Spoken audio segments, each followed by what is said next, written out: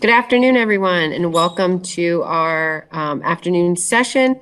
Today we are in track D for fire trainers and fire instructors. We're really excited for the presentations that are going to be presented today. Our first one up is Dr. Gavin Horn. Dr. Gavin Horn is a research engineer with the UL Firefighter Safety Research Institute and senior research scientist with the University of Illinois Fire Service Institute Research Program.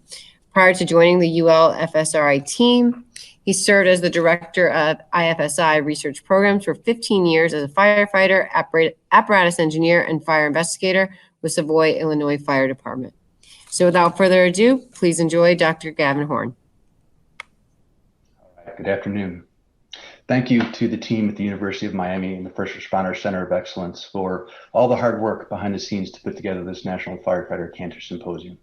I wish I was there with you all in sunny Florida, but right now we will be collecting data at the Delaware County, Pennsylvania Emergency Services Training Center on the very topic that we're going to discuss here today. Fire trainers and instructors is a topic that is near and dear to my heart. I had the incredible privilege of spending the first 15 years of my career with an office at the Illinois Fire Service Institute, which you can see right here, learning from firefighters and instructors from around the state and actually across the country, and learning how fire training has evolved from initial focus, at least at IFSI, on some of the live burn training in classrooms and fire station settings, into some of the other areas where firefighters will typically work, from cause and origin investigations to foam training, LP burns, and on into other activities such as automotive rescue and other rescue tasks such as rope, confined space, trench rescue, collapse rescue, agricultural rescue training, all these different things where firefighters must be prepared for the work that they do on a daily basis. IFSI was also really unique in that it provided a little bit of a glimpse into the history and how this has changed and evolved throughout the years, and it will continue to evolve from the days of having wood training towers to the concrete structures we use now, wooden ladders to the aluminum ladders and aerials that are common on today's fire ground, how we've changed our training from the different ways that we teach hydraulics and the different ways that we teach and use the different technologies and improving technologies for self-contained breathing apparatus. The training environment will continue to evolve as the risks that firefighters face continue to evolve. And we have to be able to continue to update our understanding so we can stay ahead of some of those risks. So I'm really going to focus my conversation here on live fire training and how we can use the activities that are conducted in live fire training to prepare firefighters for the stressors, the occupational stressors and occupational risks that they're going to face on the fire ground. It's important to do this from the beginning of the career throughout the entirety of a firefighter's career so that we can ensure they're familiarized with the tools, and as these tools continue to evolve, familiarized with the ability to work as a team and to communicate in the stressful environments which are common on today's fire ground. We want to be able to teach muscle memory, so firefighters train not only until they get it right, but so they can't get it wrong. And they're called out at 2 o'clock in the morning and the muscle memory kicks in, and understanding how to use the tools and apply the water and understand the cues that they've become familiar with on the training scenario, and they can put those into play on the actual fire ground. Firefighters can be acclimatized to the heat and working in the visual obscuration of the fire ground in a more controlled environment in the training fire environment that we have, and the decisions that can be made on the fire ground. So they understand the cues that will indicate how they are to apply certain tactics and techniques on the fire ground, so they can select what might be the most appropriate way of venting a structure, applying water, and using the very tools that they have on the fire ground. Now, in addition to all these benefits, we also have to acknowledge that there are some important risks that come with training firefighters. When we work in obscuration, trips and falls are a significant hazard. In the high heat, there are risks for thermal burns, overexertion and strain injuries, and hyperthermia. And now we've become a little bit more aware in this day and age of some of the risks for chemical exposures that we face in the fire service. Now, I'm assuming over the last couple of days, there's been a great deal of information shared with you, some on the epidemiological evidence, suggesting that firefighters have increased risk for several types of cancers, as well as some of the exposures that we're facing on the fire ground itself. It's also important to understand that there can be some important exposures on today's training ground as well, particularly when you think about the exposure and the number of exposures that some individuals may have when they're working on the training ground. As the number of fires are often declining at many locations, we need to keep the training up in order to keep people prepared for the work that they do on the fire ground. Additionally, instructors at many of these training institutes often work as full-time firefighters in the surrounding community, so they can have the exposure both from the fire ground and the training ground scenarios. And oftentimes, as instructors might oversee 3, 5, or maybe even more instructional fires per day. Oftentimes, that could be over a week or possibly even over several months. We don't have as much epidemiological evidence focused yet on the fire trainers themselves.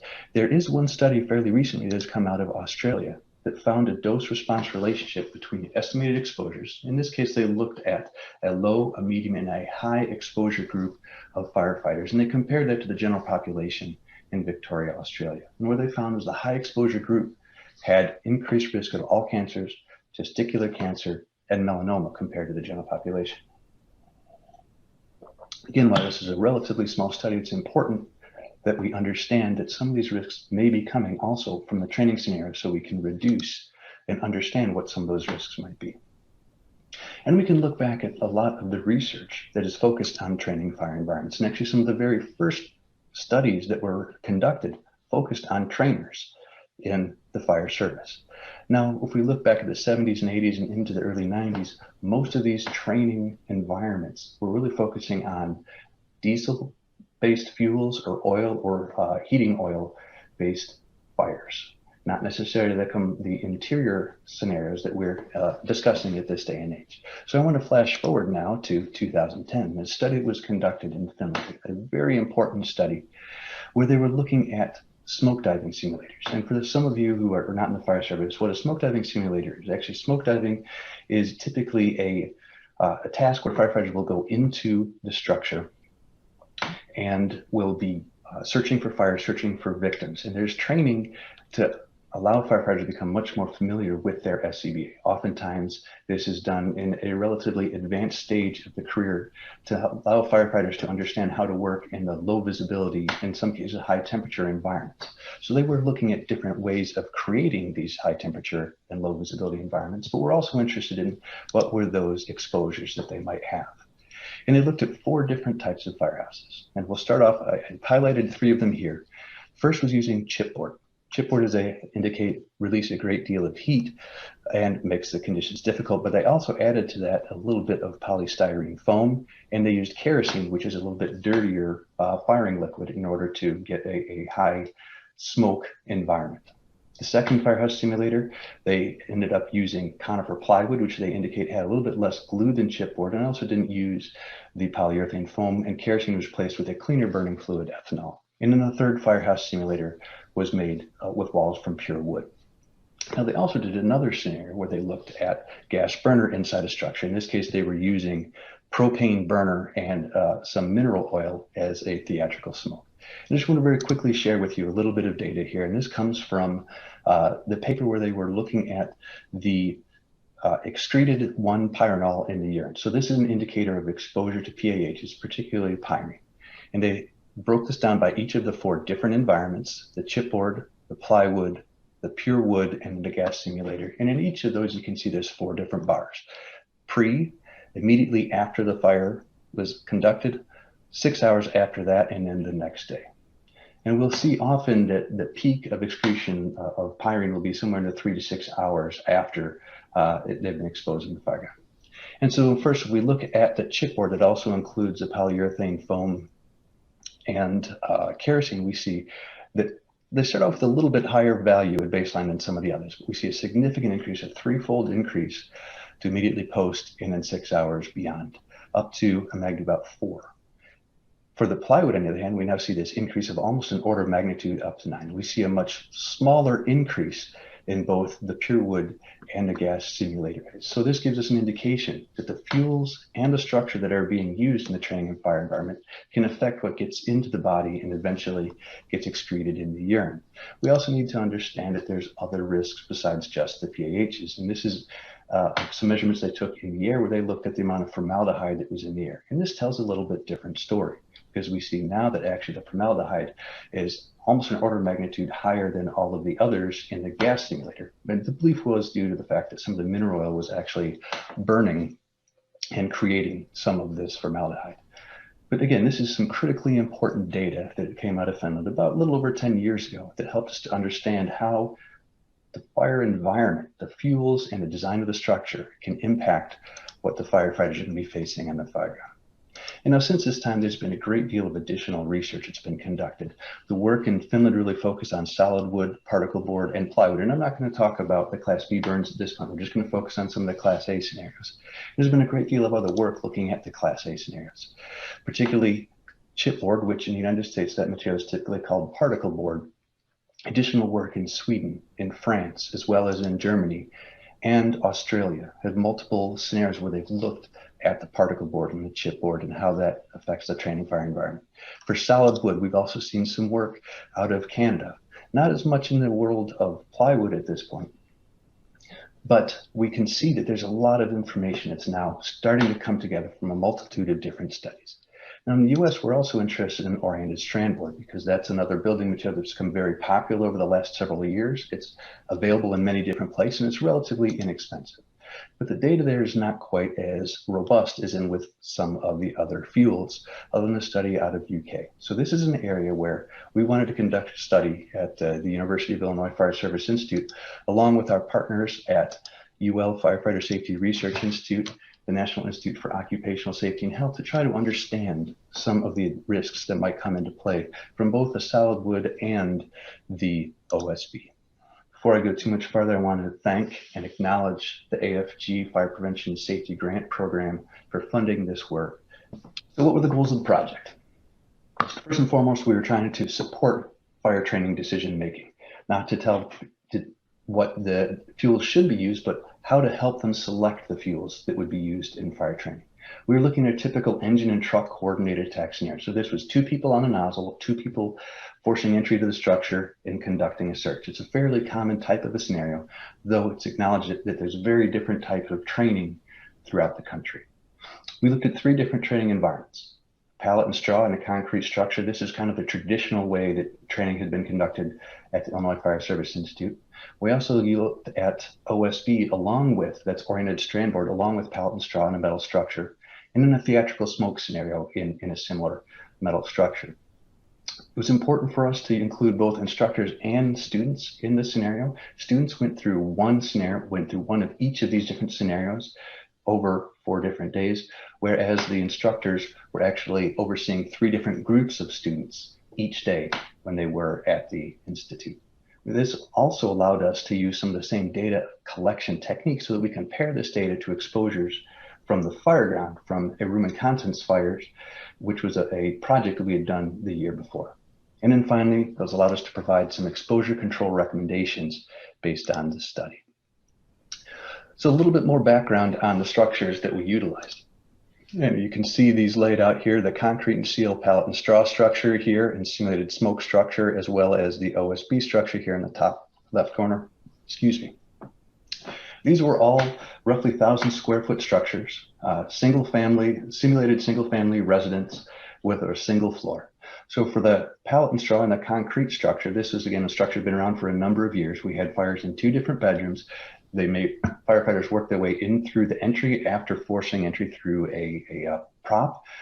The search team rescued 2 full-size mannequins while the attack team, put out 2 fires in each of these bedrooms. For the simulated smoke, we actually replicated the structure out of sealant containers, the exact same layout and geometry, but had never been burned in before, so there would not be any cross-contamination from there. And you can see the fuels that we used for there. Now for the OSB, we used this T-shaped structure, which is something that's become a little bit more common in the fire service. And in addition to having the pallets and straw, we included some oriented strand board along the ceiling. This has become a relatively popular way of introducing fuels within this types of structures. And one of the benefits, at least from a training environment, of having the fuel high in the structure is that there's a very low amount of oxygen at the area. So we have a lot of products of incomplete combustion, which we commonly see on the typical fire ground. So when the fuel is up high, it will off-gas products of incomplete combustion, which will make the smoke a little bit darker, and will also allow some of the flames to roll across the ceiling and give different indicators and different cues for the students who might be working in that area. Last piece I want to share on this is we actually use two different types of OSB.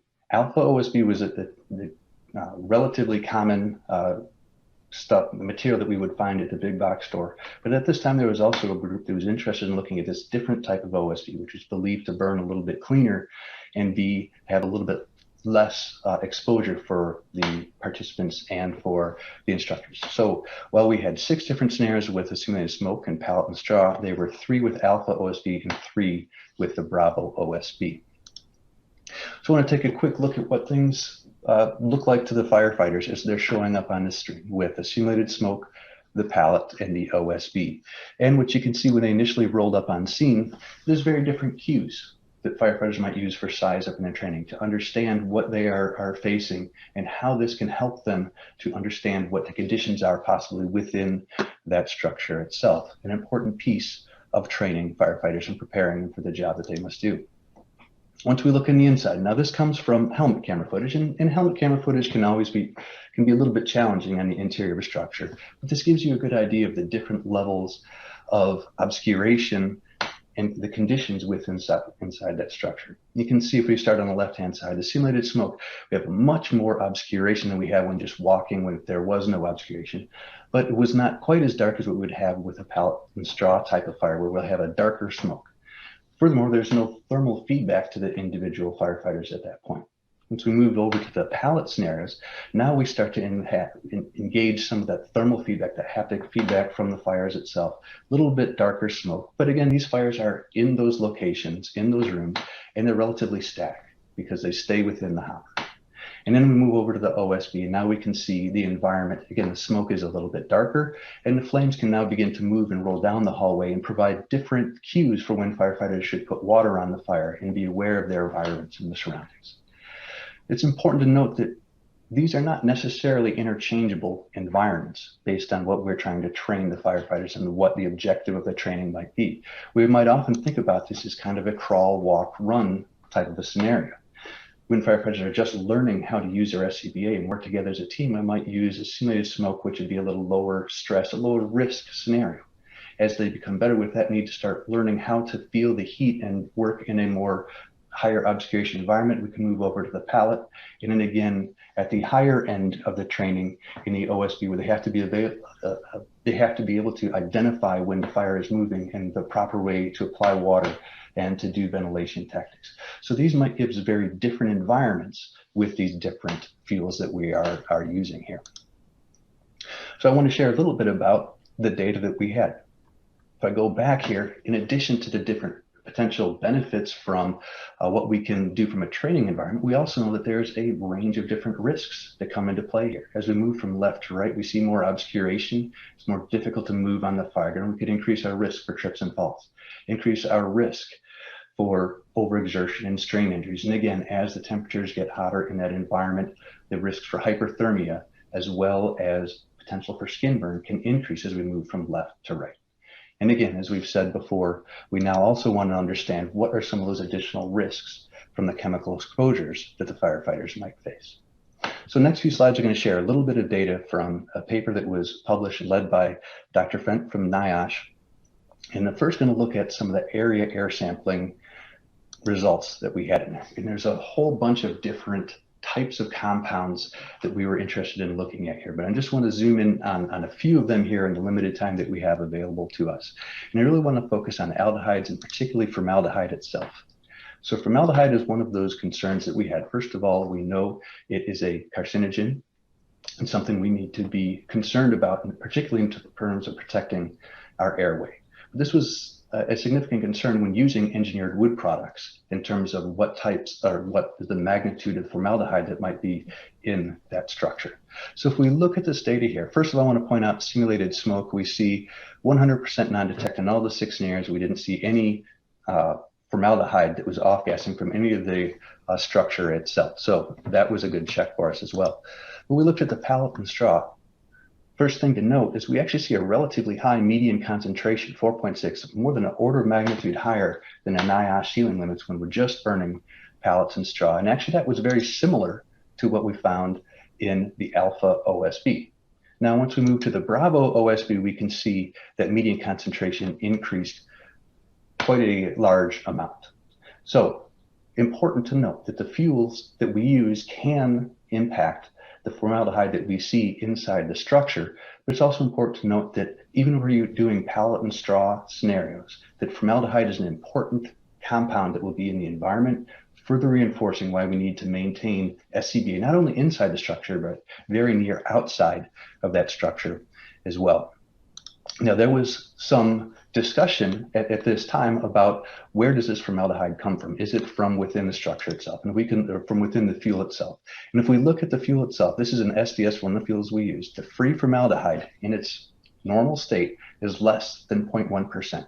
This does not indicate the amount of formaldehyde, though, that will be given off when we are actually burning this material, using it as a training fuel. Next, I want to take a look at the personal concentrations of PAHs, polycyclic aromatic hydrocarbons. And there's a lot going on in this slide, so I want to try to break this down using a little bit of colors here. So first of all, I'm going to break this up. Left hand in blue are pallets, middle in gray is alpha OSB, and then all the way on the right in red is the Bravo OSB. Total PAHs are on the vertical axis here. As we get higher, we see more total PAHs that are in the environment. Now, this data also includes both instructors and the students. So the orange line there shows you the mean concentration for the students, and the black line is the mean concentration for the instructors. Again, instructors went through 3 different scenarios, but they typically tended to be a little bit farther back, not quite as close to the fire as the students. The students had a higher level concentration than the instructors, and we see as we move from the pallets to the alpha OSB to the Bravo OSB, the concentration that is in the air continues to increase. And that's not a surprise due to the different scenarios that the firefighters were conducting and how the fuels were being oriented in the structure. Now, just because it's high levels in the air doesn't mean that the firefighters are necessarily exposed to the high levels. So what we're really interested in addition to this, is what gets into the body and then what we find in the urine, very similar to the study from Finland. So here we're looking at another paper that Dr. Fent led, where we're going to look at the hydroxypyring in the urine. On the top, we see on the left simulated smoke, and the right is pallet and straw. And if we look at just these two here in the students on the right-hand side, we see from pre to 3 hours post, and again, 3 hours when we typically will see this peak. For the simulated smoke, there is a slight increase, not much on average, but there are a few outliers where we actually saw a high level of hydroxypyring. And the belief is this may be due to some cross-contamination. There were no other fires on the training ground during this time.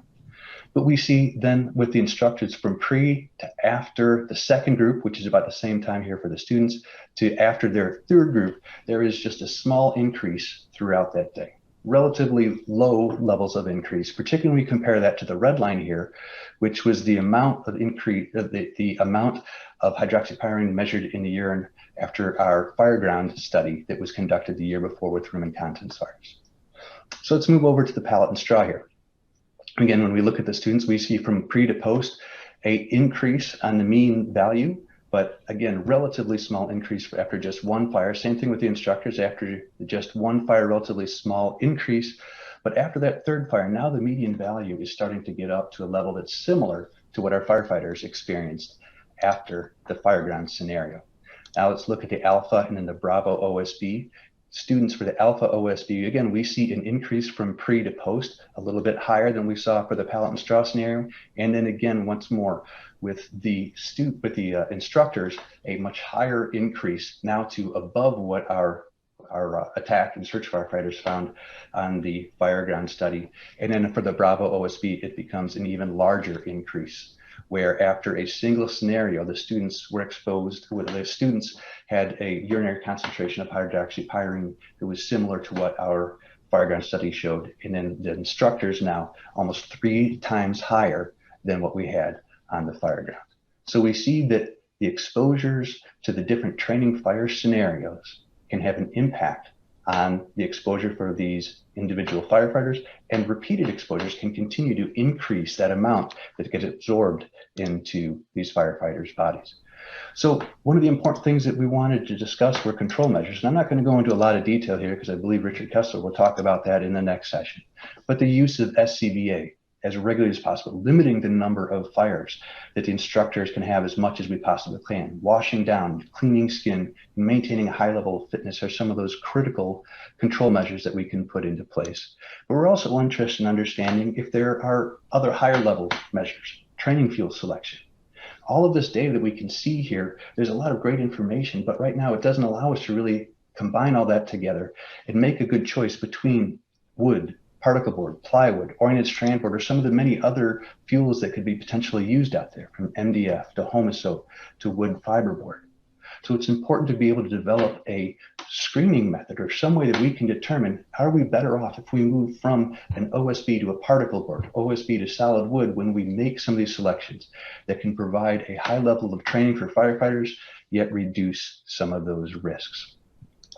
And there's just one really recent study that's come out of Korea where they started to look at this, tried to put these on the same scale, measure them with the same type of apparatus. Now, in this case, it was a laboratory-based apparatus, but they could look at veneer, particle board, medium density fiberboard, and OSB, and get an idea of what are the different chemicals that are coming off of those. And if you look at these, from you look at 1,3-butadiene, you might see that particle board has by far the highest concentration. Same thing for benzene. But now if we look at formaldehyde, the highest concentrations actually come from OSB. So the selection of these individual fuels is not necessarily going to be a straightforward question to answer. And furthermore, how do these laboratory scale tests scale up into full-sized compartment fire tests? And this is what we're trying to answer right now with a study that we're conducting at UL FSRI. The laboratory scale tests, several different types of laboratory scale tests, similar to what was done in Korea, single compartment tests, which we're hoping to finish up by the end of this week, onto multiple compartment training scenarios, which will be conducted probably in 2022.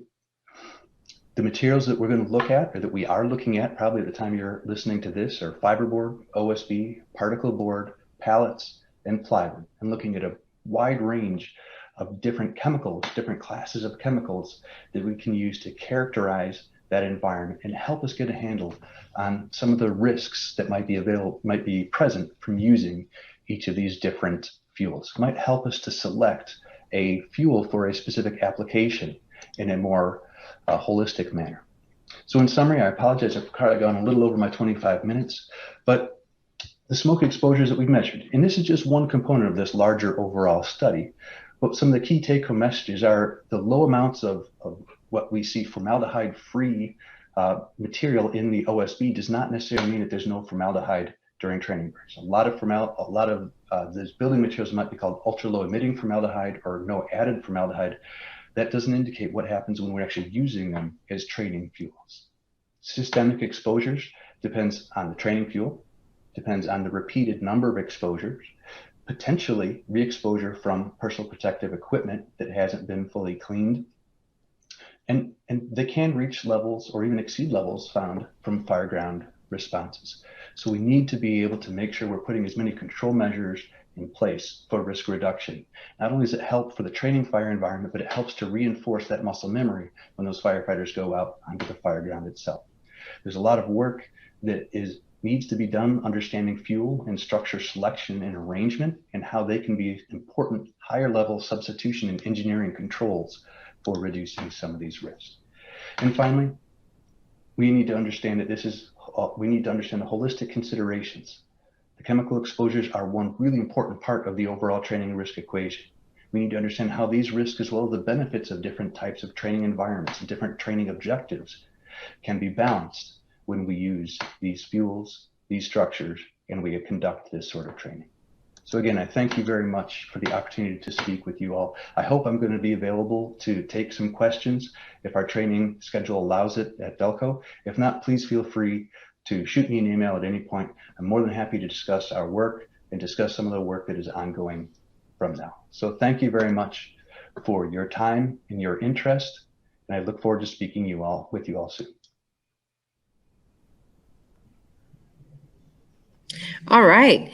Well, we are lucky that we do have Gavin Horn here live to do a Q&A with him.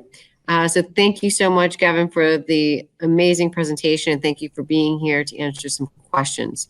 So I think one of the first questions right now is where you are, what you're doing, and if any of it relates to what you just presented just now. Yeah, absolutely. Well, first, for me, thank you for the invitation to participate and having the flexibility to do this both live and remote.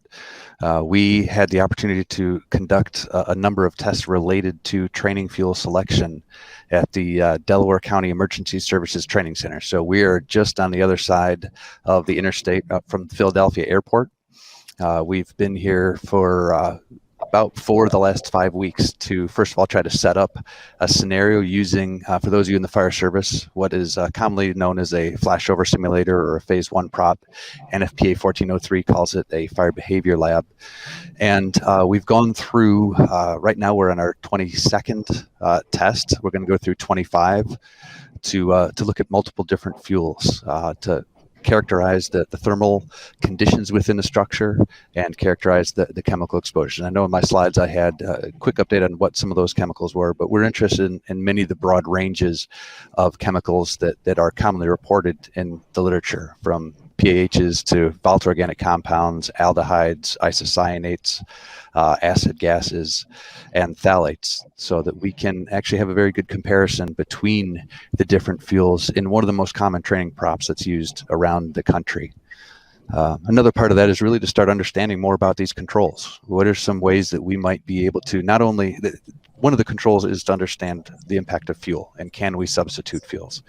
Others can we change the way the training prop is operated or used so that we can actually support the training objectives, but in a way that might not result in as many repeated exposures, in particular for the instructors themselves. The instructors oftentimes will go through 3, 4, 5 scenarios in a day, and we know that repeated exposure is one that's going to increase the overall exposure risk for those individuals. So excited to get the chance to do this here. Wish it could be down there, but this will get us some really good data by the end of this year that we can share with everyone here on this conference, as well as NFPA 1403 Standard Committee and many others. Well, thank you again so much. I know you are busy and you're off to start the next experiment in the next literally seconds. So thank you again for being here. And with that, I'm going to introduce our next speaker, Richard Kessler. So this session, he's going to be covering practical considerations for reducing exposure to fireground contaminants, techniques, procedures, and tools that can be utilized by firefighters, fire departments, and fire training organizations to reduce the risk associated with live fire training and real-world incidents. So Richard Kessler is the Deputy Director of Research Programs at the University of Illinois Fire Service Institute. His work focuses on biomechanics,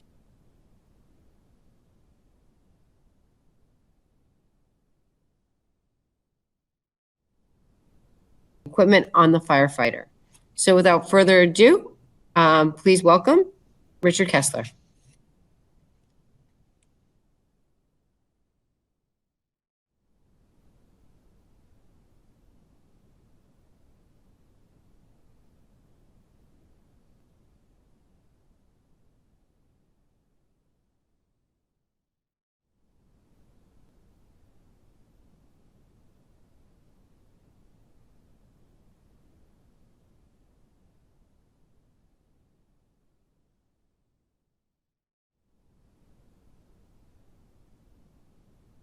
And the entire University of Miami team for inviting me here.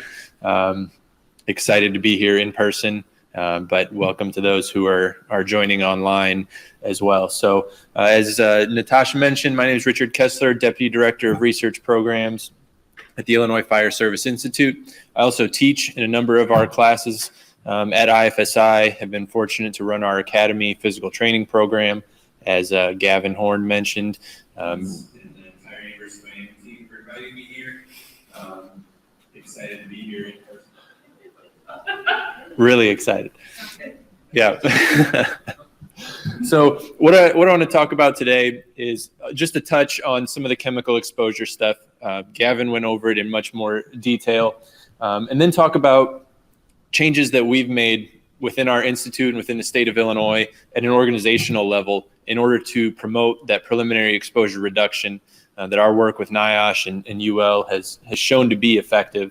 Talk a little bit about special considerations, the apparatus kits that we've distributed throughout our state, talk about changes to our grounds and our facilities and things we can do there, again, at the organizational level, and then move into the individual level. What can we as individual firefighters do in order to reduce our exposure? So we'll talk a little bit about the gloves and hoods, some of the most contaminated components within our PPE. So what are our sources of exposure? I think most here and listening are well aware of the risks that we face, both on the fire ground and on the training grounds. Gavin alluded to it, but originally, back in 2015, we did a study looking at today's fire ground, right? What conditions, what do we see when we respond to real structure fires? So we built a structure, outfitted it with carpet, electronics, all the modern furnishings, and then had real firefighters respond as they would, using different tactics and whether or not they'd wear their SCBA, the type of gear. We provided gear, but it was all, how do you wear it? How do you respond? And this just shows some of the PAH levels that those firefighters encountered. So bottom is the bottom grouping there is our pre-first fire PAH levels. You can see essentially no PAHs on the gear. Post the first fire, both the inside crews, the attack crew, the search crew, which Gavin had mentioned, we split them up into those crews. They went inside, did their suppression, did their searches. They had some levels of contaminant. As we moved to post-second fire, naturally those PAH levels on the outside of the gear rose, as well as for overhaul and RIT teams. You can see that by the second fire, those levels had built up to where they were in that measurable range. We then moved into our training fire study. Gavin hit on this one pretty hard. So all I'll say is that we have a bunch of papers that have come out of that. All that data is available. At the end, I'll come back and circle back to where you can find all that information and the way we've broken it down to make sure that not only do we reach that academic rigor to publish these papers, but we also make sure that it's in a way that's easily digestible and translatable into the fire service. So the big thing I want to focus on is this result. We've heard it quoted multiple times already throughout the conference, but field decontamination immediately post-incident using some basic detergent, water, and some sort of agitation reduces PAH contamination on the exterior of the turnout gear by 85%. And I would be remiss if I didn't thank, our partners at UL, Skidmore College, and NIOSH, as well as DHS, the Assistance Firefighter Grants Program, for funding all these series of studies. So knowing this information, what can we do at the organizational level? Well, the first one, preliminary exposure reduction, right? As quick as we can, remove those contaminants from the gear, reduce that level of exposure. So some setup considerations, and Chief Lee will get more in detail in some of these real world applications, but the first thing, make sure you're set up outside of the warm zone. It doesn't make sense to set up decontamination efforts in an area where there's still smoke, there's still particulate, there's still risk of that contamination. So make sure that you're clear of that area.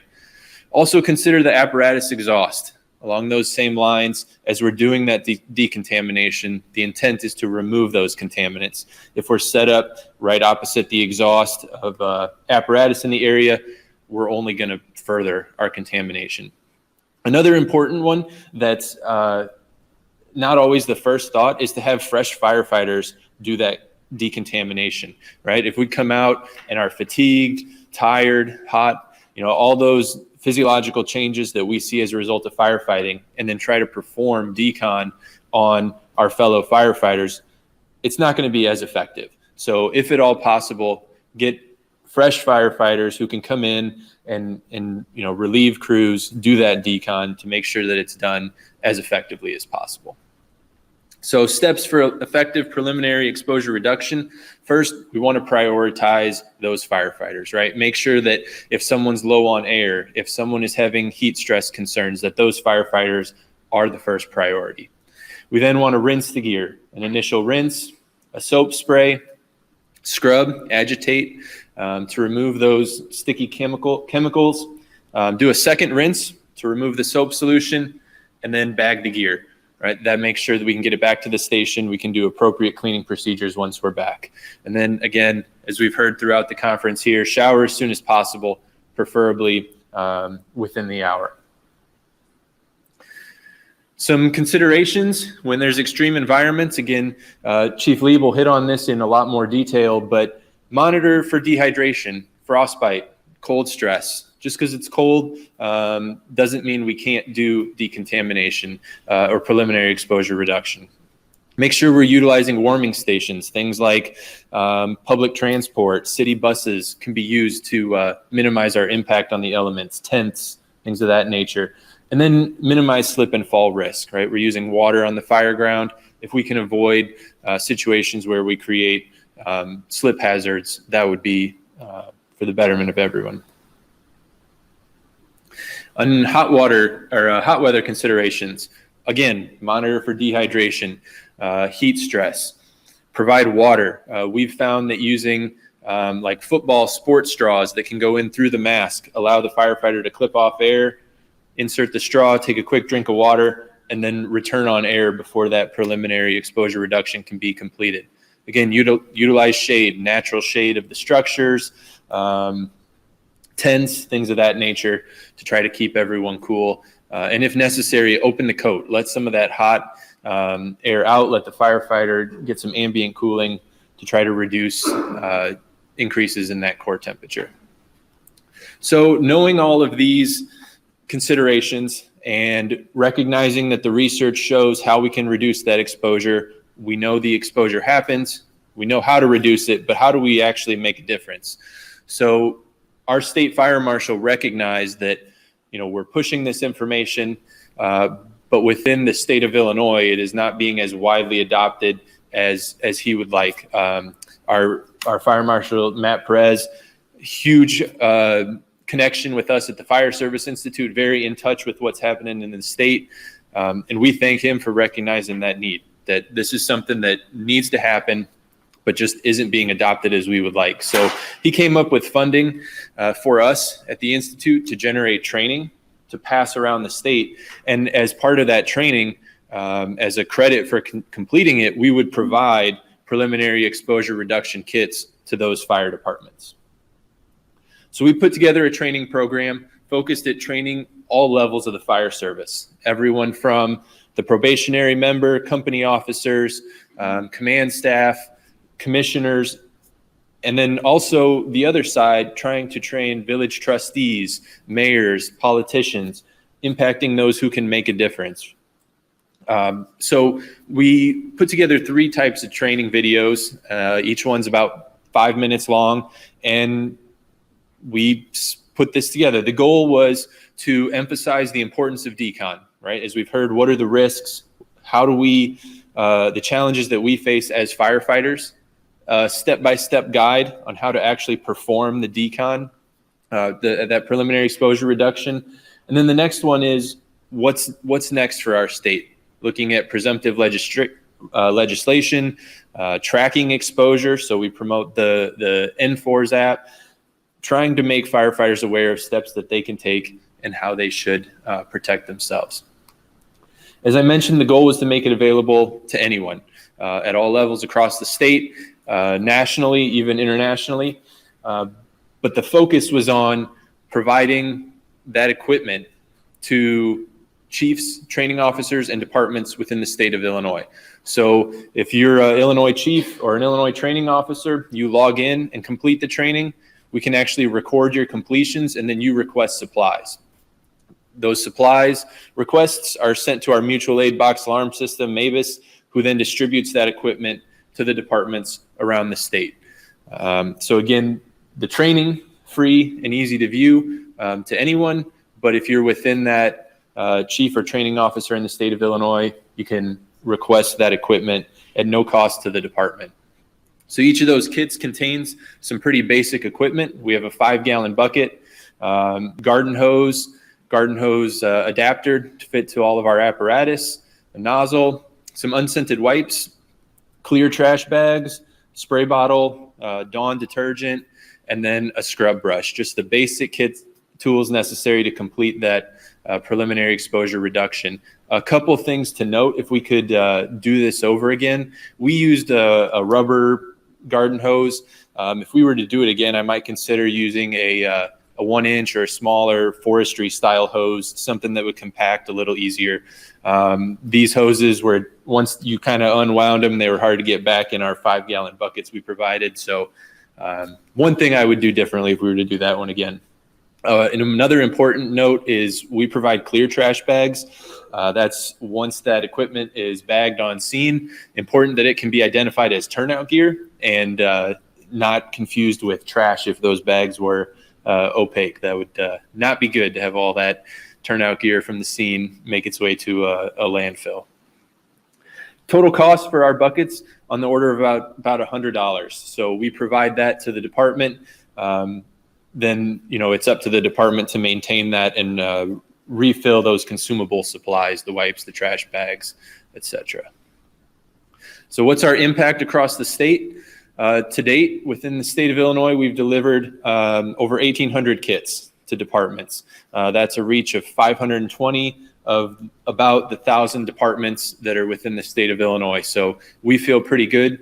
Over 3,000 firefighters within our state have actually watched the training themselves. So that's a pretty huge impact to get 3,000 folks trained on this preliminary exposure reduction. If you look at the number of departments that now have access to these kits, it's 23,000 firefighters. So we provided enough that every engine, every apparatus that has a fire pump is eligible to receive one of our buckets. So, anywhere from the town that has just a single unit can get their equipment all the way through. We recently outfitted the city of Chicago with all of these on all of their engines throughout the city. So definitely a big impact, and 23,000 firefighters that now have access to this equipment. Moving more toward our training grounds, we put together a bunch of steps, pretty basic things to try to improve that preliminary exposure reduction. So after the wash down process is complete, we provide baby wipes, cleaning wipes at a number of stations across our site. Everywhere that we have a water station, there's wipes there. Everywhere at our couple of fill stations for filling bottles, there's wipes there. So as you're waiting to have that bottle topped off, the wipes are there. We encourage both students and instructors to take advantage of those. We also fit all of our apparatus with the cleaning kits, with the preliminary exposure reduction kits. This way, as academy students come in, as students come to IFSI for training, they're seeing those kits on the apparatus, getting familiar with it, and recognizing that, when they go back home to their departments, this is something that they can take with and translate and bring into their department. We also, only a fraction of our training is actually on site at the Illinois Fire Service Institute. A bunch of what we do, we push out to departments throughout the state. We'll take trailers and go deliver that training. And so we've outfit all of those training trailers with these preliminary exposure reduction kits as well, to try to just drive home that message of, if you see it enough, hopefully we can get it adopted. On top of cleaning wipes, we also put hand washing stations outside of our classrooms. With COVID and the considerations of that, a lot of our training has moved into tents that are on the outside, especially late last fall and into the spring. And so we provided hand washing stations so that as you come out of the training environment and into the classroom environment, we're cleaning as much as we can. Laundering at our facility, we put in a bunch of laundering facilities. We encourage instructors to take advantage of that prior to traveling back home. Gavin mentioned many of the instructors that we deal with are also firefighters within the community. So rather than take that dirty gear back with them, put it in their vehicles, we encourage them to launder it on site and reduce that risk of transport, cross-contamination. And again, seeing these facilities, we try to drive home to the students that, this is set the example, right? Be the gold standard on how we take care of ourselves and our gear so that those students take it home with them. At the individual level, there's a number of steps that we can take to reduce exposure. So the first being our gloves, right? Come out of the structure. This just so happens to be from our today's fireground study. The firefighter walks out. What's the first thing you do after you clip off of being on air? You take those gloves and put them in your hands. And now everything that was on that gear, on those gloves that we've been protected from, is in contact with our bare skin. Right, so here's just a quick image, right? Come out. It's pretty common at every fire scene, right? You see the dirty hands, dirty faces. So this video, just a quick example, right? Come out, take the gloves off. Now we take the helmet off, and you can see the level of contamination on his hands. And I'll just say for these videos, there's a couple in this series here. What we did was use a construction chalk, a marking chalk, and kind of sprayed that into the air, and then had our firefighter move through that. So this isn't real contamination, but it simulates it pretty well. In the next video, he changes things just a little bit and makes sure that he only touches contaminated parts of the turnout gear with other dirty parts, right? The insides stay clean. He avoids touching the exteriors with his hands, and his hands are nice and clean. In this image here, what we did is we had two firefighters go through a scenario, real fuels. So this is a couch that was burning in one of our research tests, and did the suppression and everything, came out. The firefighter in the orange had one of our support team members pull his gloves off. The firefighter in the yellow took his gloves off. Again, this is close to real world scenario, not the training powder, the construction powder, but just real world. You can see the difference there. And one of the big things we get when we give these kind of presentations is that I'm not gonna, do that. When it really comes onto the fire ground, I'm not gonna take that extra effort to take my gloves off this way. We get that kind of pushback all the time. But what we come back with is you already do. You do it every single time we're on a medical call. We would never consider taking off gloves contaminated with bloodborne pathogens or anything like that by grabbing the outside and pulling the gloves off, right? Even if they're clean. Right? How many times you go on a lift assist or something, you put your gloves on, don't even end up doing anything, and then you take them off. You still take them off the same way. It's just built into that muscle memory, becomes a habit to the point that you don't even think about it. Why don't we do that when we have the same sort of risks, the same sort of concerns with our firefighting gloves?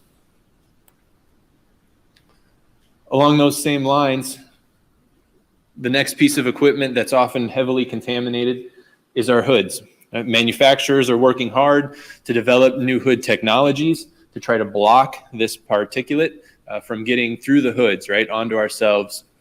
So the first important note is that with those hood technologies and things, the way we wear the hood is important, making sure that straps are tucked in, that seals are tight, because if there's gaps and holes, doesn't matter what type of hood we have, those particulates can get through or can get around, even if we're blocking what gets through. So first thing we do, right, come out and we pull that hood down. All that contaminant that this $150 particulate blocking hood, whatever it might be, right? We convinced the chief or the equipment folks to let us get these new hoods, and then we pull the hood down. And some of the most vascularized skin or most vascularized areas in our body with some of the thinnest skin are right in the neck. And so now all that contaminant is sitting right there. And as we pull the hood up and off, that gets right on the neck. This quick demo video, again, this is with our construction powder, the standard way. So I've taken my gloves off with our new hygienic process, put on nitrile gloves, but then take the hood off the standard way, right? Pull it down and then mask off, and the hood comes up and over. If we modify that just a little bit to where I remain on air, take off the air pack, the coat comes off. Now I pull the hood up and over, again, while still on air, click my donning switch on the gear and pull that entire hood, regulator, mask, ensemble, just all off in one sweep. You can see what a dramatic difference it makes in the exposure. Cross-contaminated on the left, this new hygienic way to remove the hood on the right, and significantly reduce exposure, again, to that very vascularized area. Both these videos are available on our FSI website through our research videos page.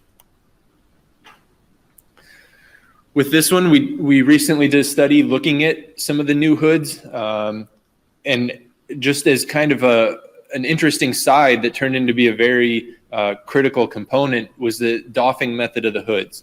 And the darker gray you can see is doffing with the traditional method of pulling the hood down and then up and over, where the lighter gray panels are using the overhead method. And then the vertical axis is our total PAHs. So you can see regardless of hood design or whether the hood was laundered or any of those conditions, just the orders of magnitude less that we have using the overhead method in terms of pH contamination on the neck. Some additional resources are exposure reduction training. Again, this is available to anyone. We have resources there that are easy to download, easy to share. We've got a single page handout that's available with the step-by-step instructions that we suggest. We've got a list of all the items we provide in our preliminary exposure reduction kits. So that all that training, as well as the videos I mentioned earlier, are available at fsi.illinois.edu/decon. And then our chemical exposure and cardiovascular risk series of studies toolkit. I alluded to this earlier, but we break down all the tools that we provide into 3 categories. We have our science tools. Those are the peer-reviewed manuscripts that go into the full detail of everything we publish.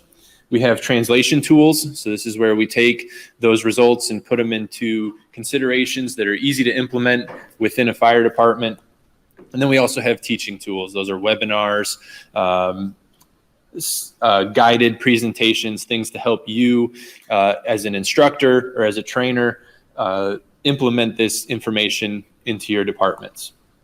That's all available at fsi.illinois.edu/cardiochem risks. So thank you all for taking the time to listen to me, and I'd be happy to answer any questions.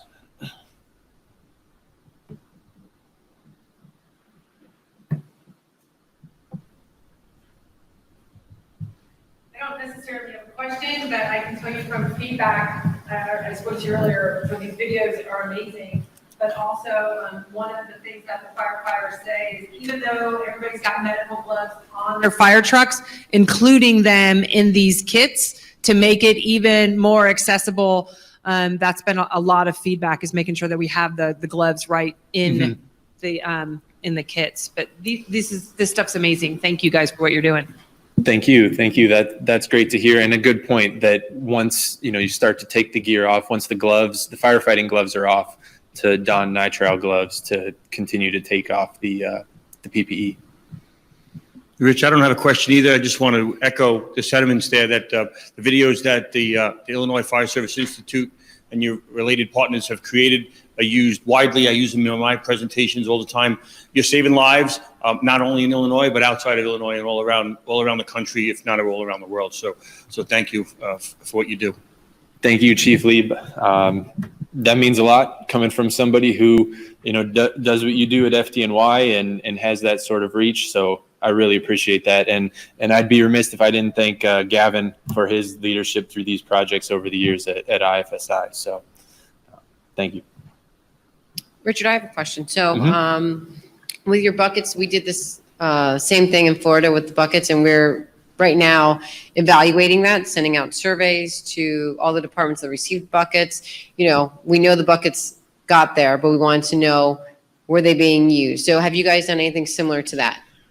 We have not done it yet, but it is absolutely something that we want to do and are trying to figure out how to do that reach and see how often departments are having to restock the supplies, how often they're actually being deployed. I know I went to a training that was hosted by a neighboring department a couple hours away, so they didn't know who I was, and they used the kits, and then it ended up the buckets made great seats after the preliminary exposure reduction was done in rehab. So it was good to see them used in multiple ways. But yeah, we're evaluating how we can evaluate their effectiveness. Awesome. Thank you. We have, yep. Awesome. So at the end of the day, the elected officials are the ones that are going to make most of these budget decisions. And you talked about the fact that you did training for them. Can you go into a little bit more detail about what that looked like and how you got their buy-in to be able to be a part of this training? Yeah, so again, the idea for the training came from our state fire marshal. So he has, a lot of connections on that front. He has a lot of buy-in in our state. And so the funds came to him to improve firefighter training, firefighter health and safety. And he recognized that putting these kits on the street would be the most effective way to do that. From there, as we developed the training, we wanted it to be relatable to anyone. And so what we did is we've got the 3 videos. The first is, why is this important? And what we have are testimonies from people across the state who are in the fire service, have gone through cancer, have been affected by cancer, to try to drive that message home and really show the human component to everything we do. From there, it's moving into the step-by-step. How do you do it? And then pushing, we actually have our vice president of the Illinois Association of Firefighters come on and talk about the presumptive legislation from a union perspective.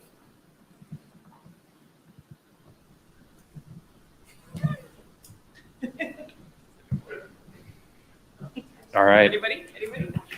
Thanks again. Anyone else? Nope.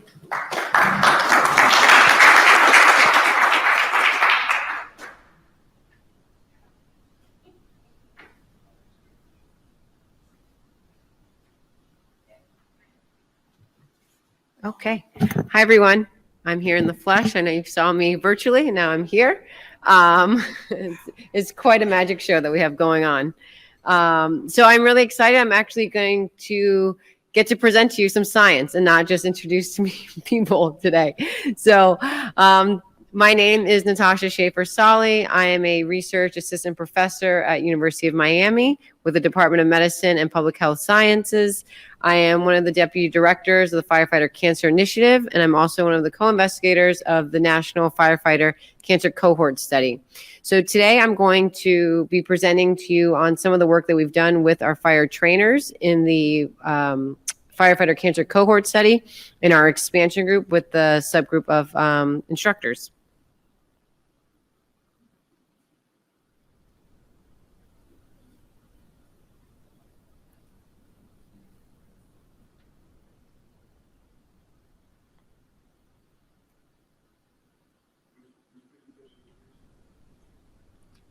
Sorry? It says like NFCS 2021 and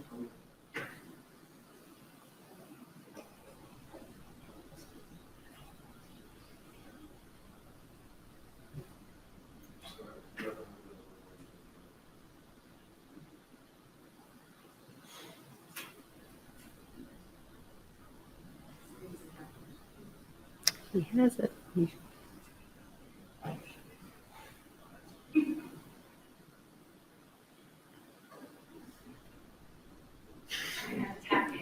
Yeah, I know.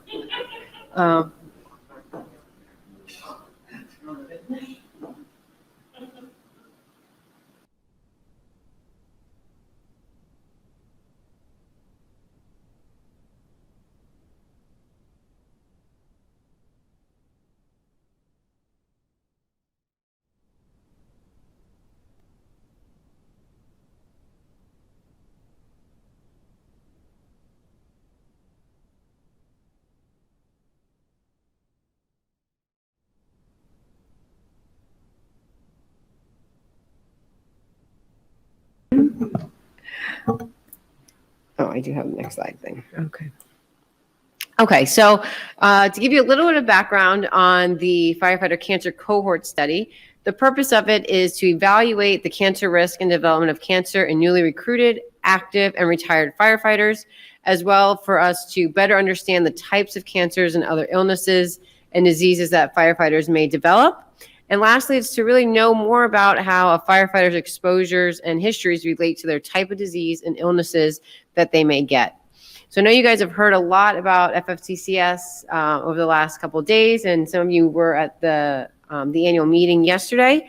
But this really gives you an idea of the infrastructure and what we're talking about when we talk about the different cores.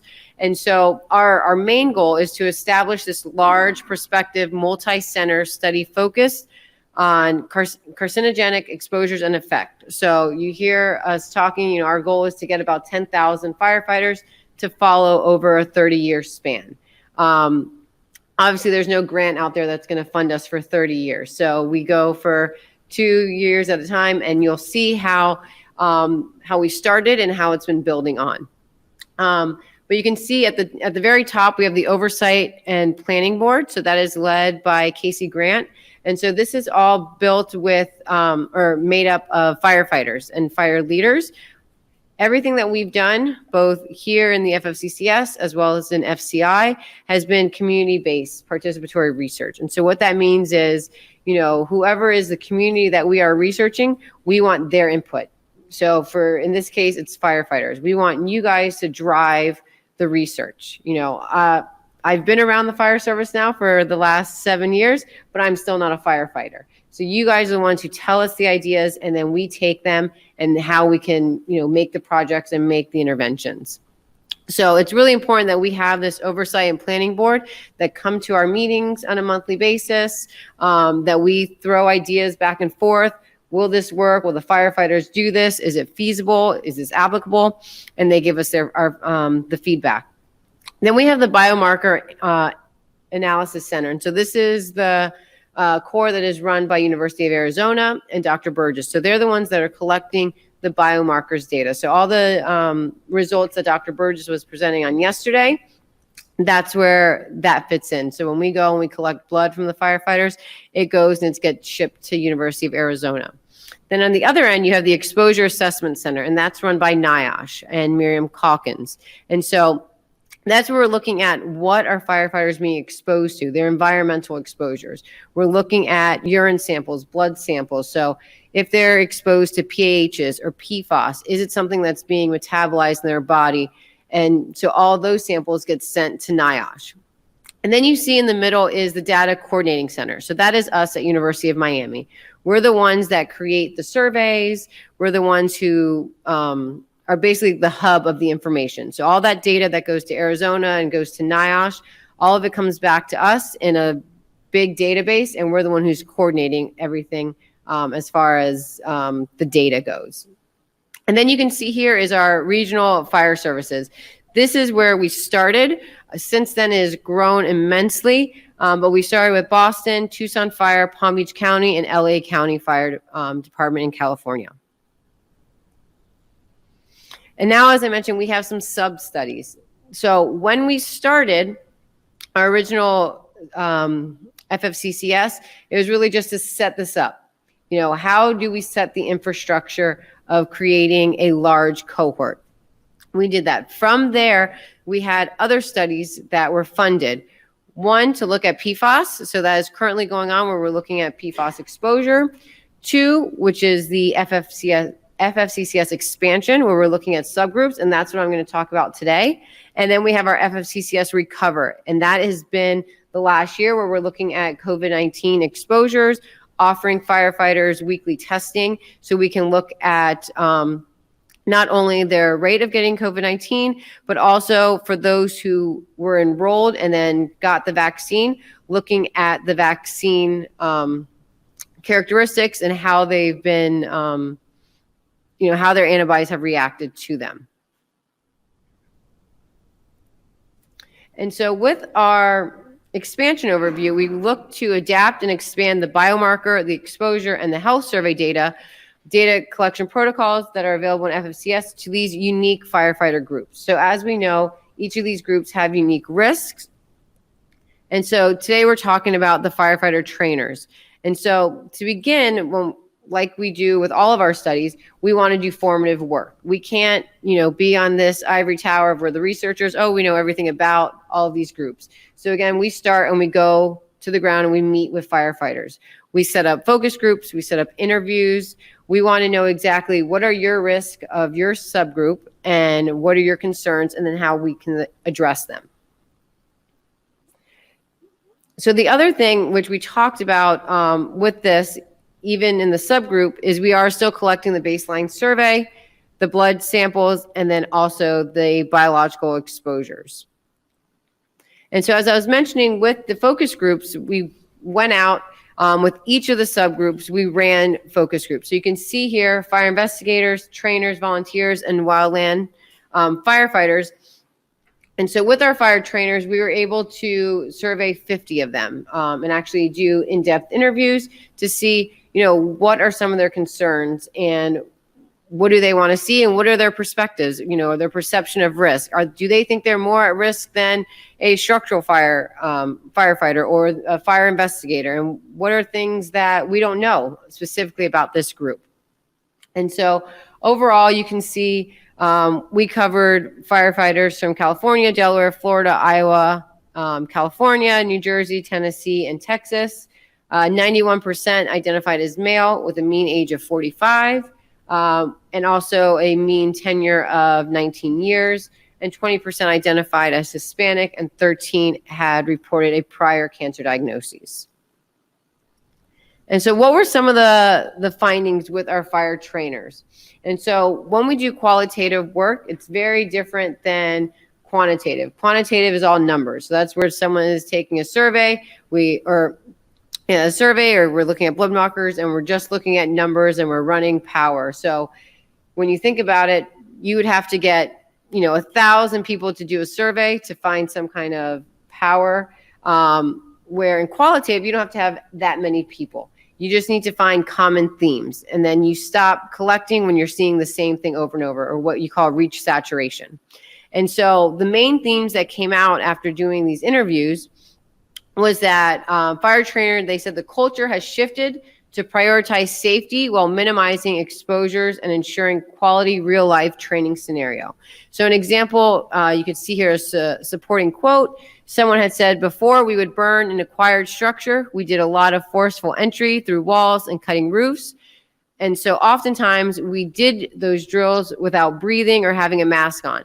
The current NFPA standards became a statute and we changed things. So that's really important for us to understand. We don't know, at this point, what is happening out there with fire trainers. Are they still doing, like as they said, before, not wearing a mask, or do they see change? So we did see a theme that fire trainers are saying, we are making a change, we are seeing a change. The other thing that instructors said is that they feel responsible for the habits, such as decon practices, with their firefighter recruits from when they're coming during the academy, which has improved, and how instructors share the responsibilities during training. So again, the supporting quote was that the immediate stress of that out here is huge.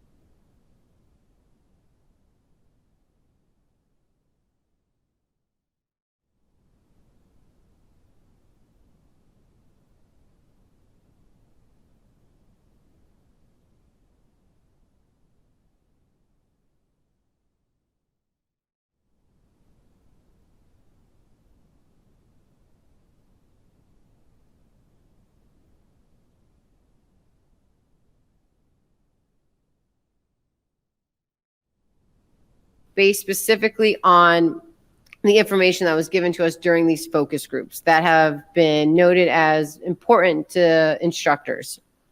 And so now going to the expansion, right now we are currently at 27 that we've collected blood from fire trainers. And now we're getting their surveys. So we have 5 surveys and then 13 for the urine collection.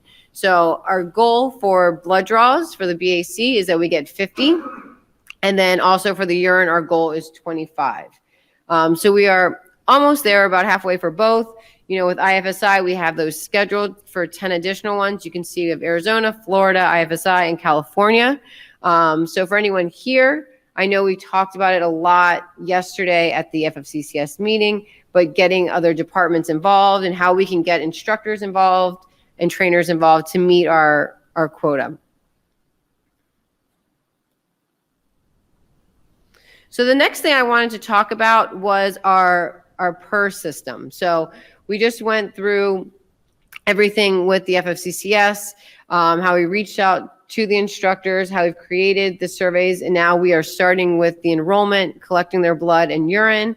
And now shifting gears just slightly is with our FCI team and the personal exposure reporting app. So this is also offered at a national level and to the firefighters that are enrolled into the FFCCS. But what's great is that with the PR system, when we started this a few years ago, it was really just a general for your typical firefighter, not a subgroup of firefighter. Since we've started, they've actually changed it for anyone that's doing, who is a trainer and instructor, but also anyone that is going through training. So this was something, again, brought to us by the firefighters saying, you know, the app's great, but it's only allowing me to record if I'm fighting a fire. However, you know, we go to trainings once a month and I'm being exposed to X, Y, and Z, or I'm a fire instructor and there's nowhere for me to put that I'm doing a live burn, you know, once a week. So this is something that we've added. So a little background on the personal exposure reporting app. It is, you're able to fundamentally gather any of your exposure information. You're able to collect occupational hazard exposure data for us to really just gain a greater understanding of your wellness. And it allows researchers to identify some of your health risks. But really the best thing is that you guys have a record of your exposure. So we talk about this all the time with personal exposure reporting app, and especially with presumption and the different cancer bills. You need to record what your exposures are. You need to, you know, have record of what big fires you're at, but you know, over the years, if you switch departments, if you know, you can't rely on the department to keep all of your records. So if you have it and you know you can print it out on a PDF and you keep it in your records, you have that forever. And so here you can see what it looks like. You know, you go in, you put the incident, what type of incident, the date, where it was, what you did on during that incident. Did you decon during that incident or after? And it's the same for the training. And then also to ask you specifically about any health symptoms after. So were you sneezing, coughing? Did you have a headache? For how long afterwards? And so here you can see this is my colleague, Dr. Barbara Millay. She's the one who runs the PR system and developed this. She's out there with Palm Beach County. And so she was able to conduct some user research with fire instructors to better understand training related activities and exposures. So if you go to the PR app and you click on the training area, there's specific activities there based on what these trainers told her that they do on a regular basis. And so you can see here, the report is organized into 6 different topics related to fire training. So you have training, exposures, rehab, gear, decon, and symptoms. And so you're able to use the PR to report your training activities, including minimum standards, a recruit activity, or in-service training. And so here, if you guys, if you have not downloaded the PR app, it's here. You can get it on Google, on app, or you can just go to the actual website itself.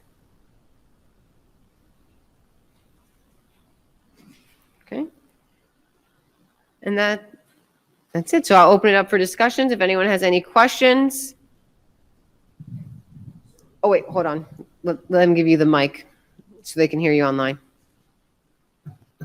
Florida NFCS has the ability to document that due to pull them. Would that help to connect it? So we were able to quickly add that. So part of the exposure at the structure fires on scene, even to where if they did a live fire and a burn, you could pull the number because it is an exposure.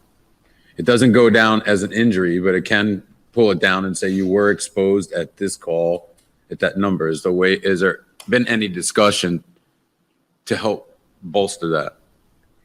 Can you, sorry. So then a national incident fire reporting system has the ability to document. And it's forever. So once that goes in, that information for the employee could be pulled by report.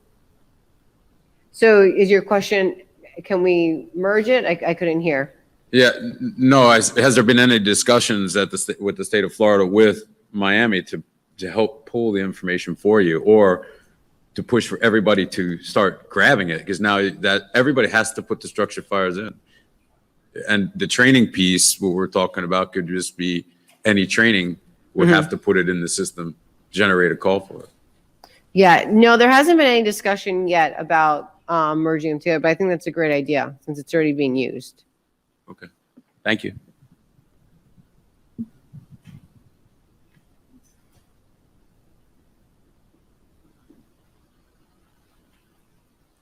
Okay. I don't know how their different works. Ours is, the exposure tab is actually optional. And that's something that I've been advocating to get changed in our department. When I go in, I'm an officer on a suppression apparatus, on an engine, and I go in and put in my report. There's an exposure tab, but I can actually exit that report without ever having clicked on that exposure tab. And we all know firemen can be inherently lazy. So if you have an officer that's filling that report out and they don't click on that exposure tab, now they haven't documented exposures for them or their crew. And then going back to your point with the NFCS, and going back to the point where the one gentleman on there had a concern about if you document those exposures and now they can say maybe your cancer is related to the exposure at the training facility and not at. So I could see kind of like there being some conflict there, or some, what's the word, precaution there. Right. Yeah. Well, and for them to go, I can't leave right now. So if we go to the academy, or when they go to the academy, they're paid by the academy. But if I do a live burn for mine, they're paid by PTEC, which is a state program that's ran.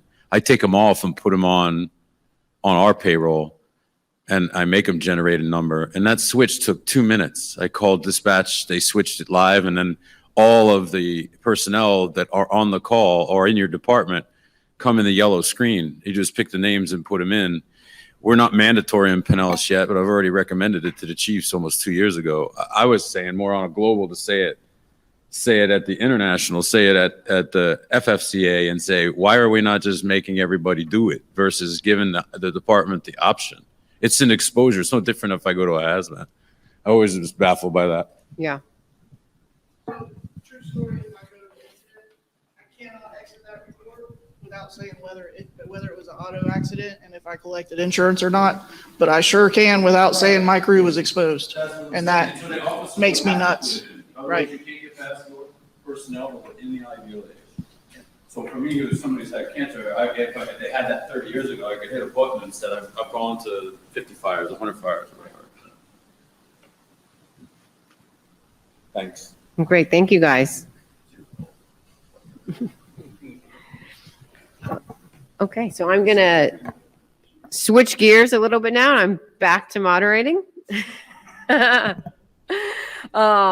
And I'm really happy and excited to introduce our next speaker, Frank Lee, who is a Deputy Assistant Chief in the Fire Department of New York. He currently serves as the Chief of the Fire Academy. Frank also is the current chair of FDNY's Contamination Reduction Work Group and has been a member of the FDNY since 1992. So without further ado, thank you for joining, and I leave it to you. Thank you, Natasha. Appreciate it. And Yeah. how about a round of applause for Natasha?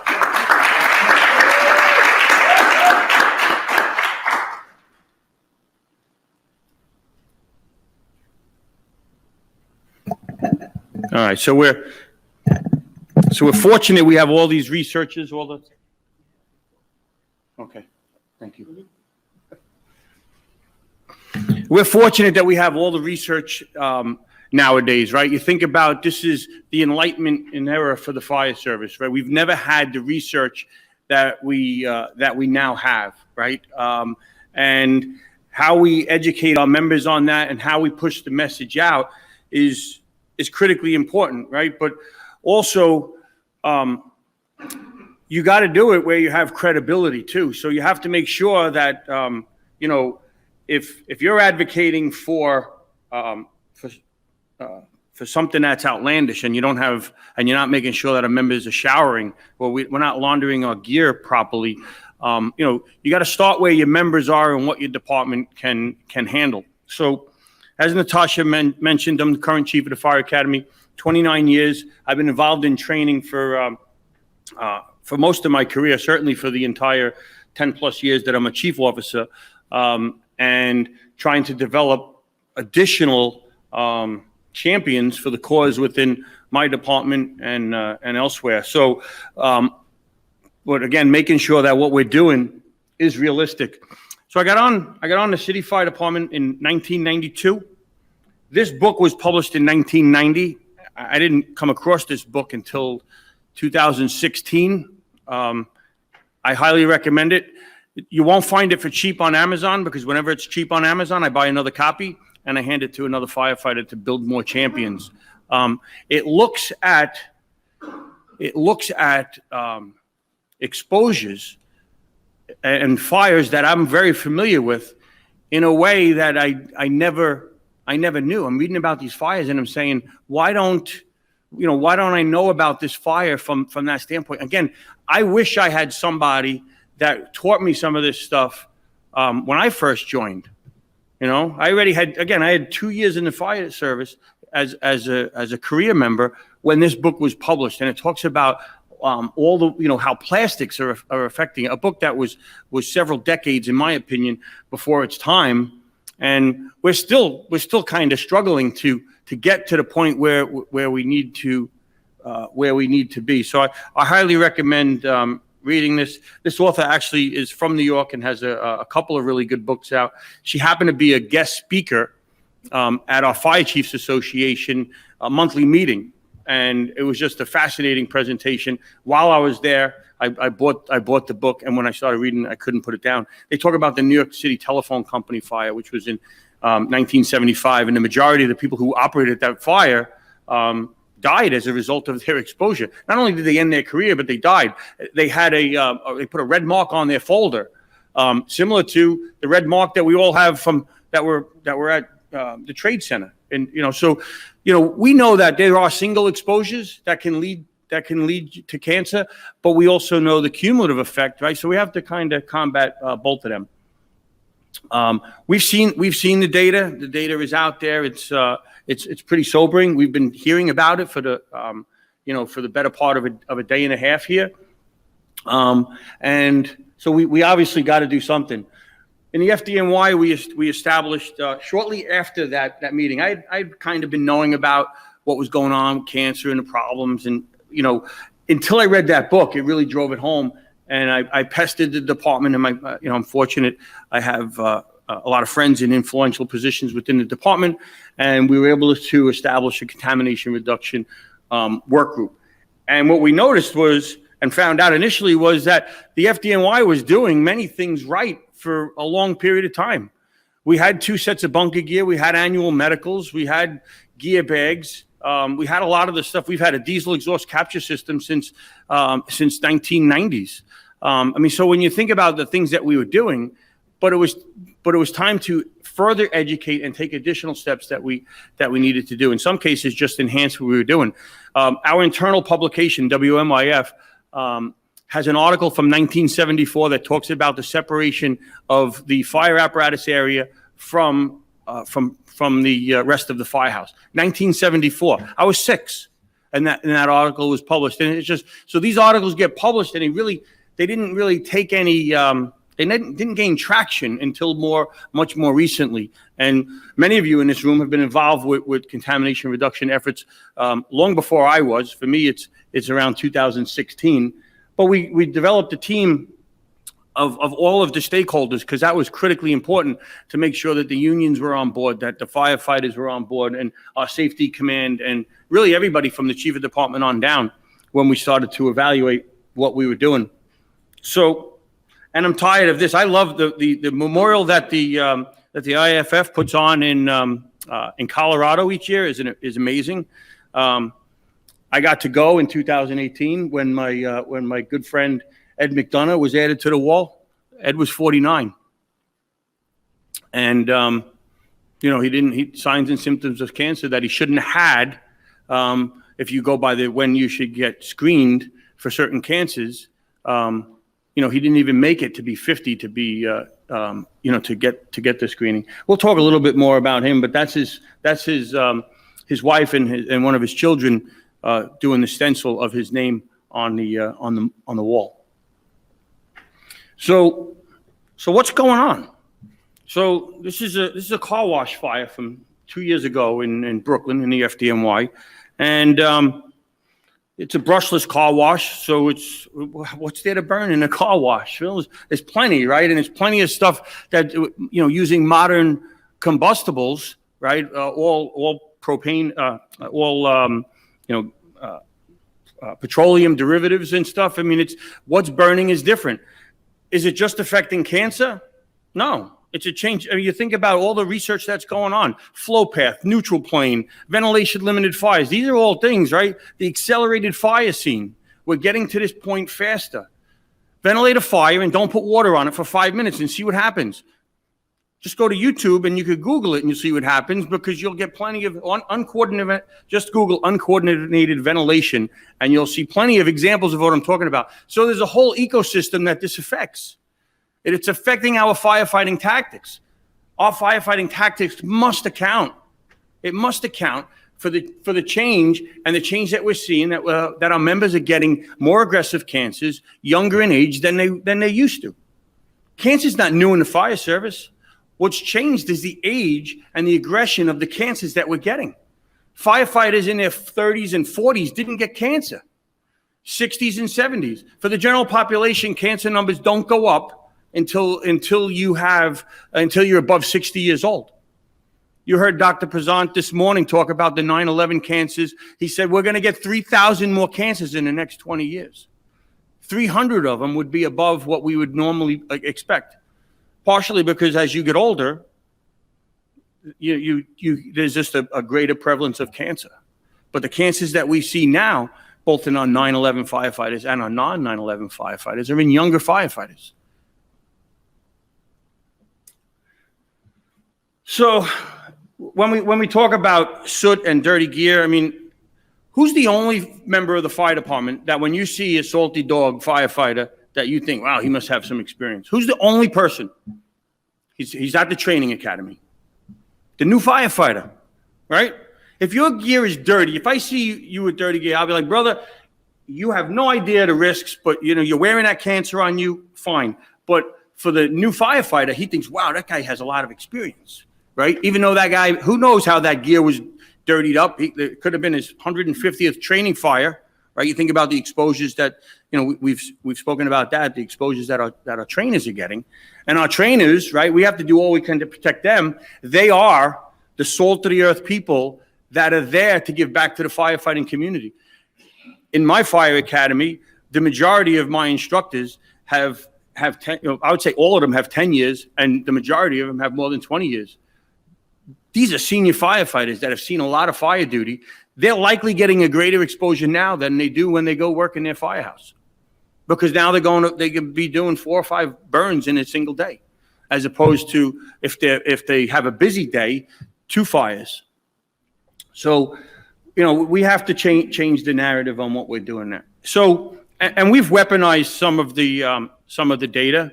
I ran across this article. I mean, firefighters, we eat CO for breakfast. It's not a big deal, right? What do you got? I got 6 parts per million. So what? We can handle that. But if it's a radical form of CO, right? it leads to Alzheimer's, Parkinson, and multiple sclerosis. So there's other effects. So I don't mind. I'll start weaponizing data like that. This one as well. My son was going to college. He comes home with this book, Silent Spring. I had never heard of it.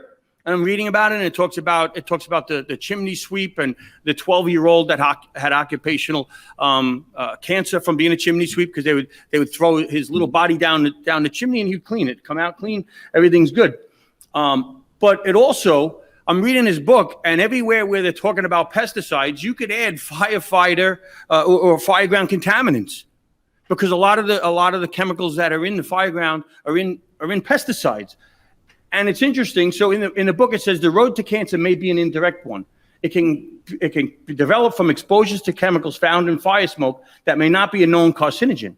So you think about it, so it could affect the thyroid and lead to other different types of cancers or different diseases that we don't even consider yet.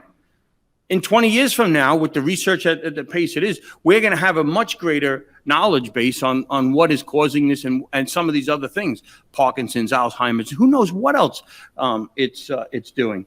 So Jen Kerr and the folks in Ottawa, the results that they had about, the changing potential for DNA, and you can pass that on. It's truly the gift that keeps giving.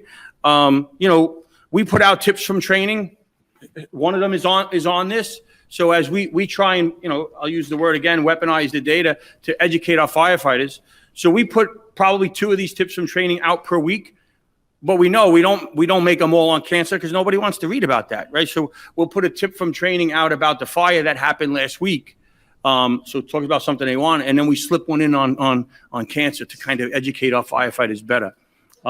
So it's setting the narrative, right? Everything you do, our magazine, WMYF, we try, if I see something in there or any of our training videos or anything we're producing, I don't want to see a firefighter that has dirty gear or soot on them or anything like that. I think the messaging and how we put that out is critically important.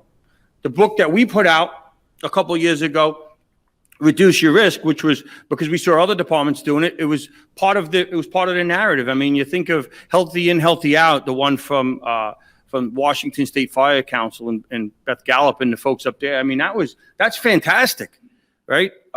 So it's just continually having the message to make it where your firefighters are as healthy as possible and as clean as possible, and it's a clean picture. No one's dirty in this picture. So that all matters for the message. Another one. So the 1 in 204. So this is children of firefighters in a study done out at Kips Bay, Oregon, from as part of the National Fire Academy program. The guy did a retrospective study, and in his department and the surrounding departments, they had a 27.4 times increase in childhood cancers, children under the age of 18. Normally, 1.7 in 10,000 children will get cancer, unfortunately. But that was greatly increased. So I can tell you this: I joined the fire service knowing that I had an increased risk, whether it was from cancer or from getting caught in a collapse or whatever it was. I knew I had an increased risk. I did not sign up knowing that I would have an increased risk for my children. And that's not the only place that has that. You see stuff on the news occasionally. I remember a couple of years back, Honolulu had Hawaii had an area where they had like 3 firefighters that lived in different areas around the island, but their children all had cancers. And guess what? The most disturbing part of this, what kind of cancers do they have? They have the same cancers that firefighters have, blood cancers, blood type cancers. So again, we put out a tip from training on that as well, because like I said, I will do whatever it takes to try and protect my firefighters. And then what's over the horizon?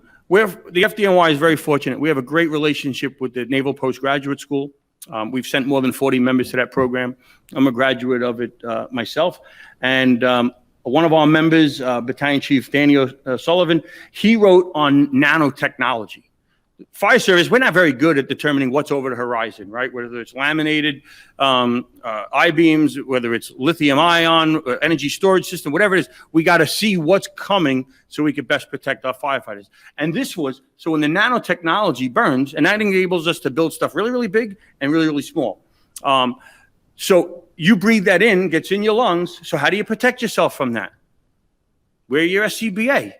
It turns out that simply wearing your SCBA is going to protect you from that. So little things like that we need to take care of. So I'm not sure if this is going to play.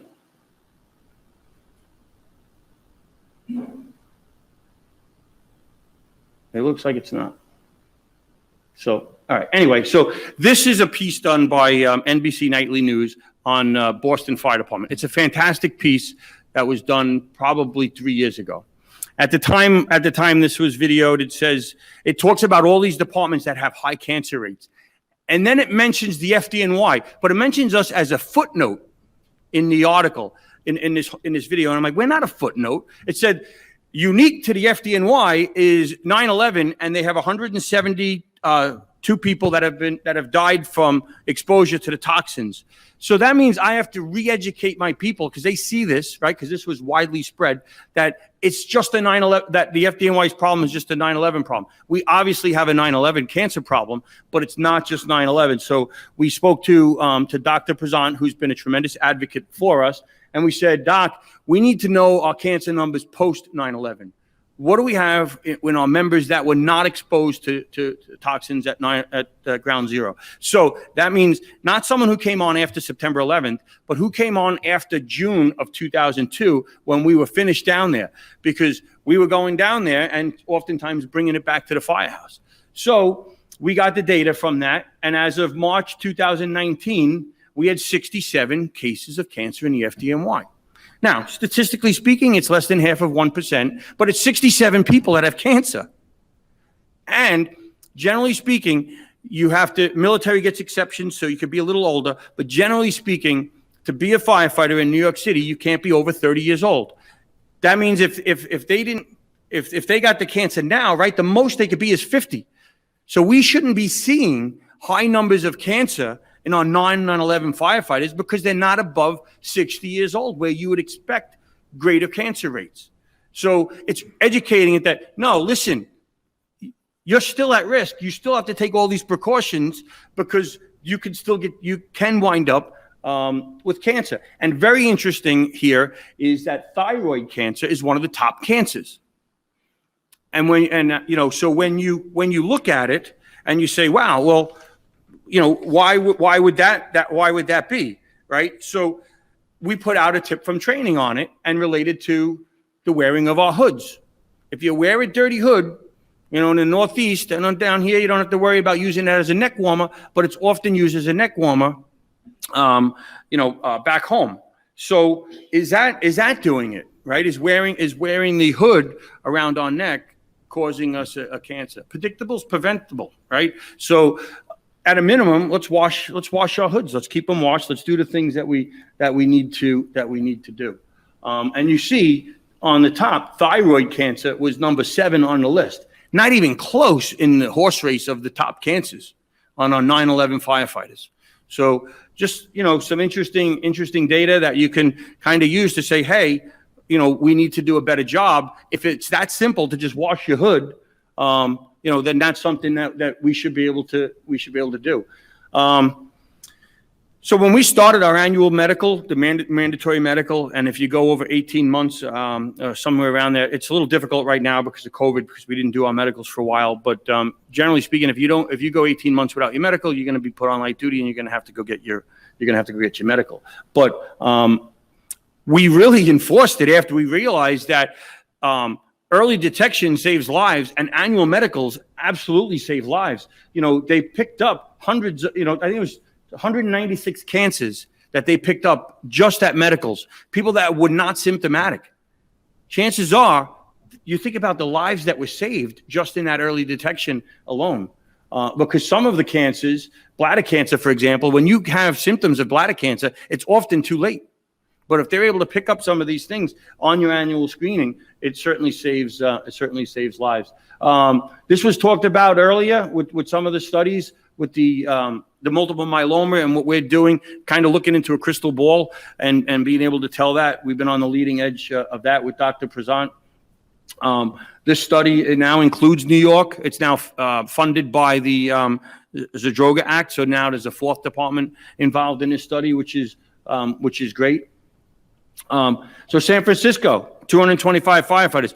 New York City is first in everything but this, but we are going to be first in this probably in the next 5 years. So we need to be involved in what's going on with women in the fire service and all. By the way, my daughter is a career fire investigator and a volunteer firefighter, and I'm expecting my first grandkid from her shortly. So it's important for me, not only in my career, but in my personal life, to make sure that we're doing all we can for our women firefighters. And we just had the group from Arizona come in, and we have 3 new recruits in our current class, and they took the samples from them and 3 incumbent firefighters. So we'll be part of that study. So we're pretty happy about that as well. But so San Francisco had breast cancer rates that were really, really high. It turns out, so their current chief their chief of department is a female and a breast cancer survivor, and her predecessor was also a woman who was their chief. So they've been instrumental in what they've been doing and the partnerships that they've been doing, and we've been trying to get involved more, especially as we increase the ranks of women in the FDNY.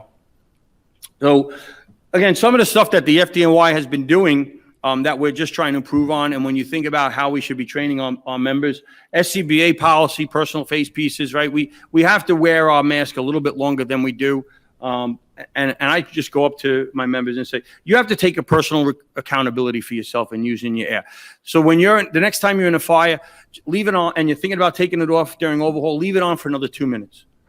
And then do it again. And I have members that come up to, they're like, yeah, I was thinking about you and I left it on another minute. So, you know, we want perfection, right? But we're striving for perfection, but it's unachievable, right? There's risks to the job. It's a dirty job, but we could be better, right? And we could do, we don't have to be perfect, but we have to be better than yesterday. So if we're constantly improving and doing better, right? There's times where it's an extended operation. I was at a fire last month. I was there for 8 hours. I'm going to be exposed. That's just the way it is. I knew that signing up, but I got to better manage that exposure and better manage getting people off the fire ground and rotating my people out as best I can. But there's going to be times where you simply can't do it. So I'll use a term from our radiation training, ALARA, as low as reasonably achievable. And if we keep that in mind and we do the best we can and we're constantly striving to be better, then we will be better, while we're concentrating on maintaining our core mission of fire extinguishment and preserving life and property, right? Because you can't lose sight of the core mission why we're here, but we can make sure that we're doing it in as safe as manner as that we possibly can. So for us, we were looking at, how can we best wash our gear? What's the best method? Should we put a washer, an extractor and dryer in every firehouse? I mean, that's 300 firehouses in New York City. Do the math. That's a lot of money. A lot of firehouses over 100 years old. We don't have the room, so it's a big time problem. We looked at putting a laundromat in every borough. We looked at all the different things that we can do, and it's simply not worth the investment to put them in every firehouse. So we're reevaluating what we're going to do, and we're going to put them in different locations. We have a decon support unit right now. I could fill out a piece of paper, fax it, and the laundry folks will come there, they'll pick it up, they'll clean it, and they'll have it back to me in 2 days. So that works well, but we're not happy with 2-day turnaround. So we're going to increase our laundering capacity and put them in different areas around the city. The Fire Academy, which I've been advocating to get washers and dryers, later this year we're going to get some so that anybody coming to the Fire Academy can wash their gear, and our instructors are going to definitely be washing their gear. They'll be washing it regularly. They get additional sets of gear that are not their sets of gear that they wear when they work in the field. The majority of our instructors come there for the day or for the week, and then they work in their firehouse, their regular tours. So we want to keep doing that. Again, they bag it up, they put what they have to do, and it comes back nice and clean. In addition to that, we comply with NFPA 1851 and the ISP, the independent service provider cleaning of our laundering of our gear. Our 2 sets, 1 set goes out every 6 months. And then it gets changed out if it happens to get to 10 years. our life expectancy for gear in New York City is 6 to 7 years. So we don't have gear that gets to 10 years all that often. So, Ben Franklin was right. An ounce of prevention is worth a pound of cure. It's actually worth a heck of a lot more than that. If you do the math on it and the cost of a life of a firefighter, just if you put it into dollars and cents, there's an article in the Reduce Your Risk book that talks about that. And that's just on dollars and cents.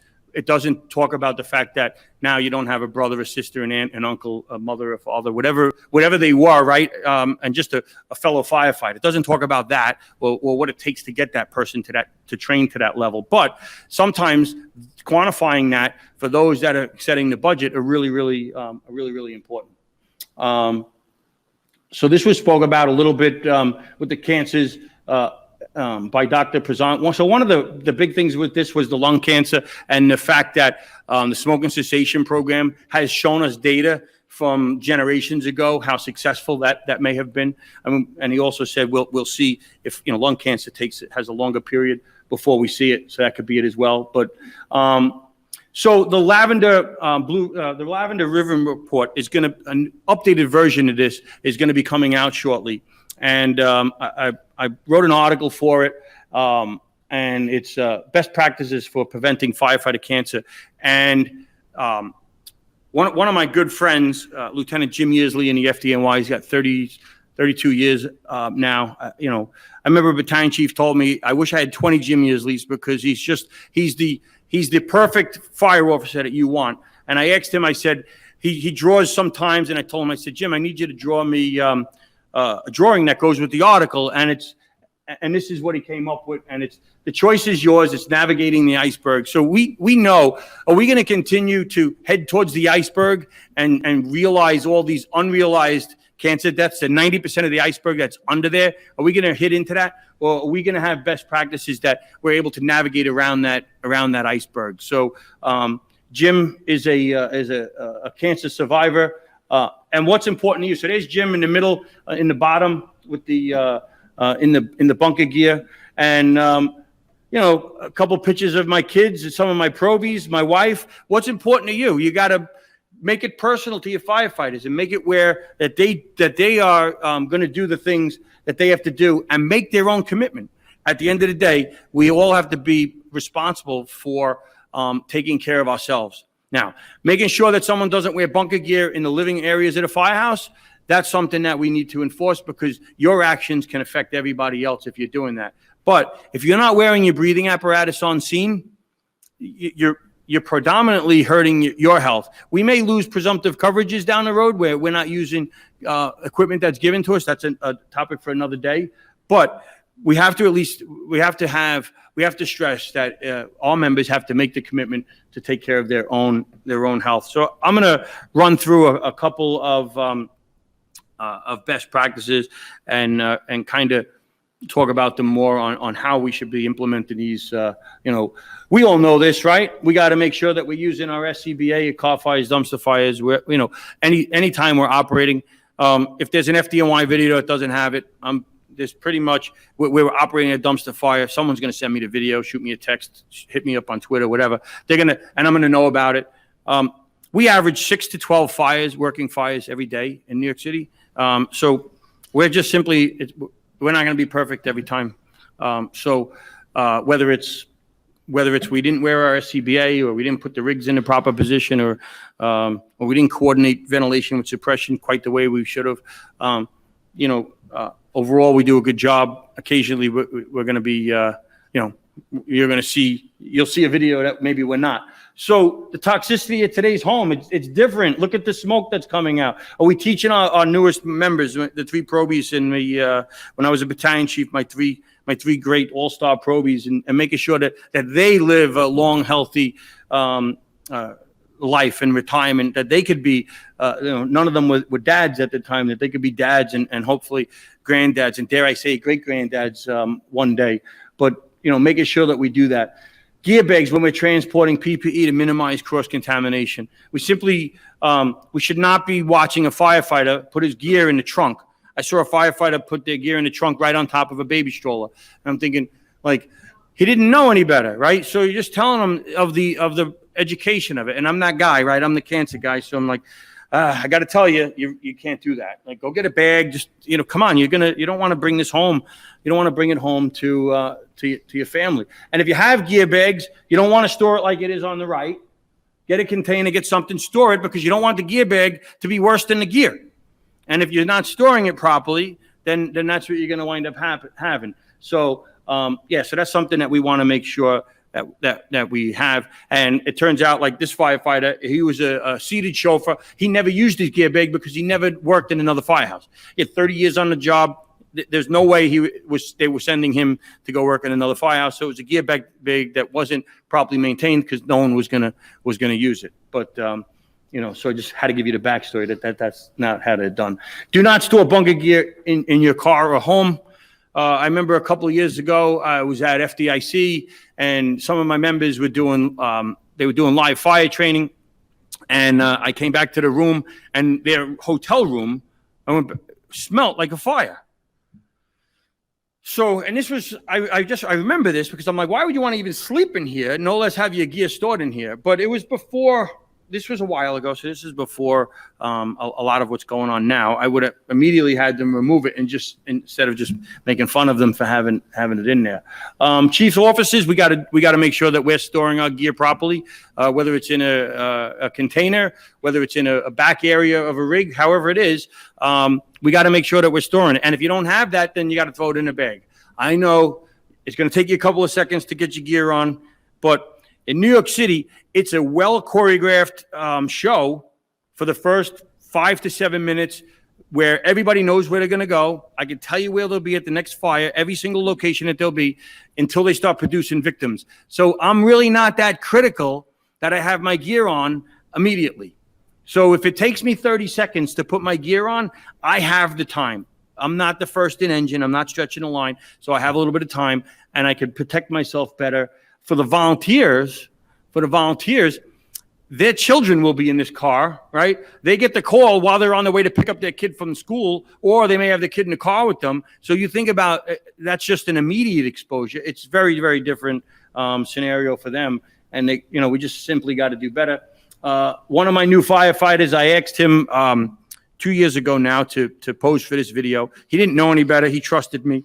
And then we put this on the FDNY social media, and he got lots of requests for dates from all sorts of people, from men and from women. And he got beat up pretty good in the firehouse for that. He still trusts me, but because he believes in it, he believes in that we're trying our best to best protect him. And he's a pretty awesome firefighter now as well.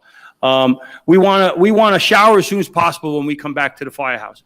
And this is a challenge for the volunteer as well, because you come back from a fire and maybe you don't shower it, now you get it in your car, now you bring it all home. So that's a whole nother problem. But after the tour, you finish up, you work 24 hours, and you say, I didn't really go to anything. It doesn't matter, right? So you still want to shower. You want to leave all of that stuff at the firehouse if you can. When you come back from a working fire, you want to make sure that as soon as possible, you jump in the shower. So that means before you clean the Halligan, jump in the shower and then clean the tools, because the Halligan will never get cancer, but you may. You would think, when I tell people that, you would think I've told them that I'm going to kill their firstborn. And they're like, we can't do that. The junior member has to clean the rig. I'm thinking, and then they tell me, and then after they shower, they're going to clean the tools, and then they're going to need another shower. I said, you're going to need another shower? I said, all right. I remember it's been a while since I had to clean tools, but I still do dishes sometimes. My wife would argue with me on that, whether I actually do it. But when I'm done washing the dishes, I don't need to take a shower. I didn't splash everything all over me where I need to shower. So nobody leaves the scene of a fire not ready to go to another fire. That's a firefighter's dream, is that on the way back from that fire, we were lucky enough to go to another fire. We're always ready. Who leaves their bottles empty and not ready to go? What you don't have is you don't have the company pride. You have sheetrock or whatever else or soot on your tools, but those tools are still going to operate just as good. They're just going to be dirty, right? So you're ready to go to a fire, Go back, shower, then put it back in service. Let the junior member shower first, so that way they could do their job of cleaning the rig. And then you could take your time showering. Even if you don't want to go out of service while you're doing that, take a quick shower. If you get a run, then you quick jump out of the shower. Whatever it is, nobody wants to miss. The fire service, our people are awesome. We don't want to miss a fire. We want to always be available. We want to always be able to serve. We want to be involved in everything. We suffer from FOMO. We don't want to miss out on anything.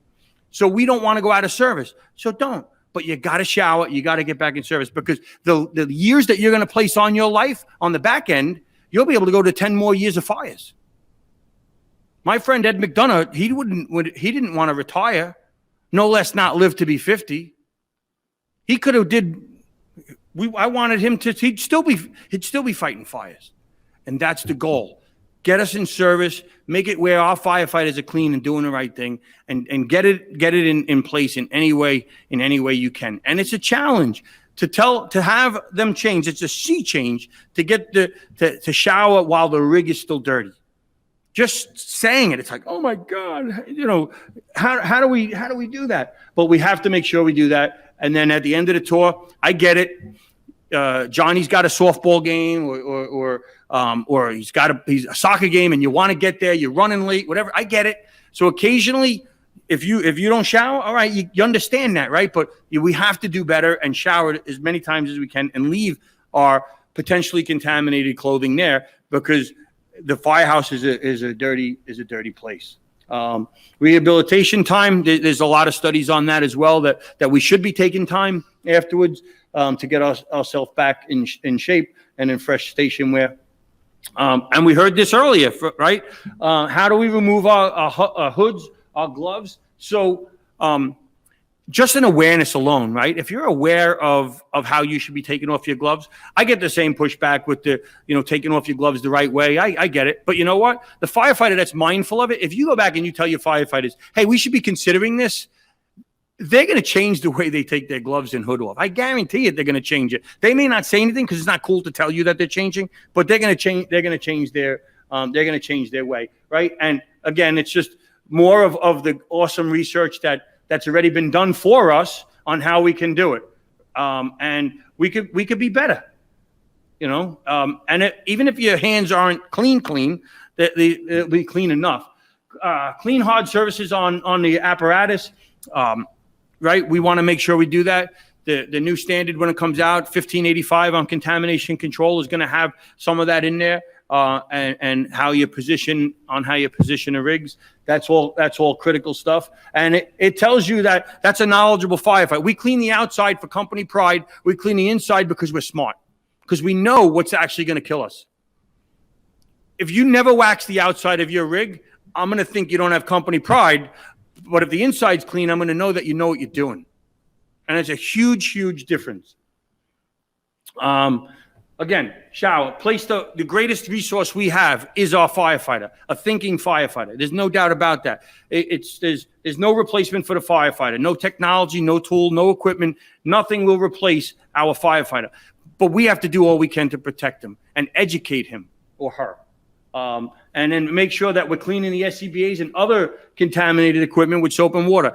If we're going to put contaminated equipment back on the fire truck after a call, we need to clean it on scene or put it into another compartment.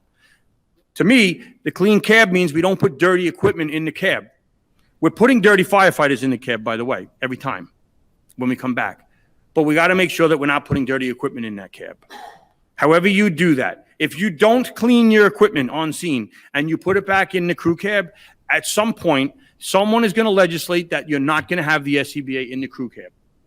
For me, I think of mental performance. I think of the job of a firefighter. I think of the most dangerous fire is the fire across the street from the firehouse, where our members don't have enough time to get ready and they forget their glove, they forget their hood, they forget something. So to me, the SCBA's in the crew cab is the best way to go, but we have to clean our equipment. And if we're going to put our equipment in the crew cab, we have to think of the whole ecosystem of firefighting and think of our mental performance, think of cleaning it, and think of our core mission and what we're trying to accomplish. But we have to do it as safely and efficiently as we can while thinking about our greatest resource, our firefighters.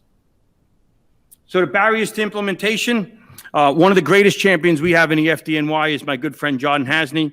I convinced him to go to the Naval Postgraduate School. He's a fairly recent graduate, and I also convinced him to write about the barriers to implementation. We have all this research. Why can't we get better compliance and what we need to do? So it's a fantastic thesis that he wrote on this. It cost him many hours of his sleep. And I told him, you need to get your sleep because that lack of sleep leads to cancer as well. But what are the different things? Fire department culture, groupthink, environment, funding, awareness, compliance, urgency, motivation. So it's funny, firefighters are deathly afraid of electric, right? And radiation. We don't like radiation. Any radiation, it doesn't matter, any radiation. That thing buzzes, we don't like that one bit. But with this, which could be just as deadly, it's different. So we don't seem to have that urgency and a little bit of that complacency. Culture, we could change culture in the fire service. That can-do attitude is, we don't want to get rid of that. We just need to adjust it a little bit to make sure that we're protecting ourselves. It's interesting. When I talk to a firefighter that has a son or daughter in the fire service, they care greatly about what we're doing because they want their son or daughter to be protected. They don't care about their own health nearly as much as they do about their offspring. So just interesting, the recommendations that he has in there for how we could overcome some of this stuff is part of why we put these out, because it's that ever-present message of what we're trying to accomplish. So I recommend you take a look at that. Cleaning the SCBA, that's a minor fire that firefighter went in there, and look at the amount of soot on there, right? That's what's burning today. That could be simply just a TV that was smoldering in a room, and we're going to get that on there. So we got to make sure that we're cleaning our equipment the way we need to. This is a non-negotiable. We simply shouldn't have bunker gear in living areas at a firehouse. I remember I was in our special operations. I was in Squad 270 when they formed that company, and I would be in my gear from the moment I walked in the firehouse. My gear would be on, and then until I would lay down, maybe even on a couch. And when I laid down, I often kept my bunker pants on. The sins I've done in my career that I wouldn't dream about doing today are enormous, right? And I just gotta hope to God that it doesn't catch up to me, right? But we, again, another motivation reason to make sure that we're doing what we got to do. We have signs all over the place in all of the different fire department buildings highlighting this point, and it's pretty well enforced in nowadays. How about your boots? Who washes the boots? Something I never thought about that. The only time I thought about that is if I stepped in Speedy Dry. Right, and so I could see visual contamination, or if I stepped in, if I went to an area where the dogs were doing their business and I stepped in that, then I'd clean it off. But never thought about it cleaning my bunker boots, and it's something that I tell our members they got to do now all the time. Again, the hoods, we got to get the hoods off of us as quickly as possible and stop that absorption. Right, it's one of the most absorptive areas of the body. Predictable is preventable. That's an easy one. And as we go through this, we're on number 10 here, just of these. The majority of these aren't really expensive. It's just taking a personal accountability for your own health. Don't overlook your helmet. Wash the inside liner. So the first time I did this, and more recently after a really stubborn fire, when I washed it and I rinsed it out, it looked like iced tea. So it's a cumulative effect. So what we see is that firefighters get precancerous cells in here. I know several firefighters that have had it. I know a couple from Florida that have had it, and a couple from my job. And the one guy I saw that I used to work with, he had. I saw him come out of the medical office, and I'm like, "Oh my God! Like, are you all right?" And he said they had it. It was his face was all red, cherry red, and he said, "Yeah, they burn the cells off." He says, it doesn't hurt, but they just told me they don't want me to work until I don't look like this. And it's from this. So I tell my firefighter, I said, listen, if it's not cool to wash your helmet, I'm not even talking about the top of the lid. I'm not ready for that fight. Just know that if you touch the top of your lid and it's dirty, you're going to contaminate other stuff. But the inside liner, so sneak around the firehouse at like midnight and wash the inside of your helmet. No one has to know that you're being safe. No one has to know it. Just do it. Clean it. and then you'll be good to go, right? And no one will even know. The line of dry is like remarkably quick. So you could get a run 20 minutes later, and it'll be mostly dry. Or just do it at the end of your tour. But then at the end of your tour, other people are going to see it. So you may not want everybody else to see that you're being healthy and clean and safe. For some reason, right, if that's a stigma, and I've seen it in some departments where they say, oh, yeah, I can't do that. I'm like, what do you mean you can't do that? In my department, I could clean it, which I do, but I could also go to our quartermaster and they'll replace the inside if I want. So I have several options to do that. We got to do the best we can for on-scene decon and remove the PAHs and the other contaminants to the best we can. We know that the VOCs, the volatile organic compounds, if our gear is aired out on scene for 20 minutes, we know that the majority of those are dissipating. So if nothing else, that's helpful. And we should strive to not have that gear inside of our crew cab. So I'm hoping this one will play. Nope. Do we have any of the videos able to play?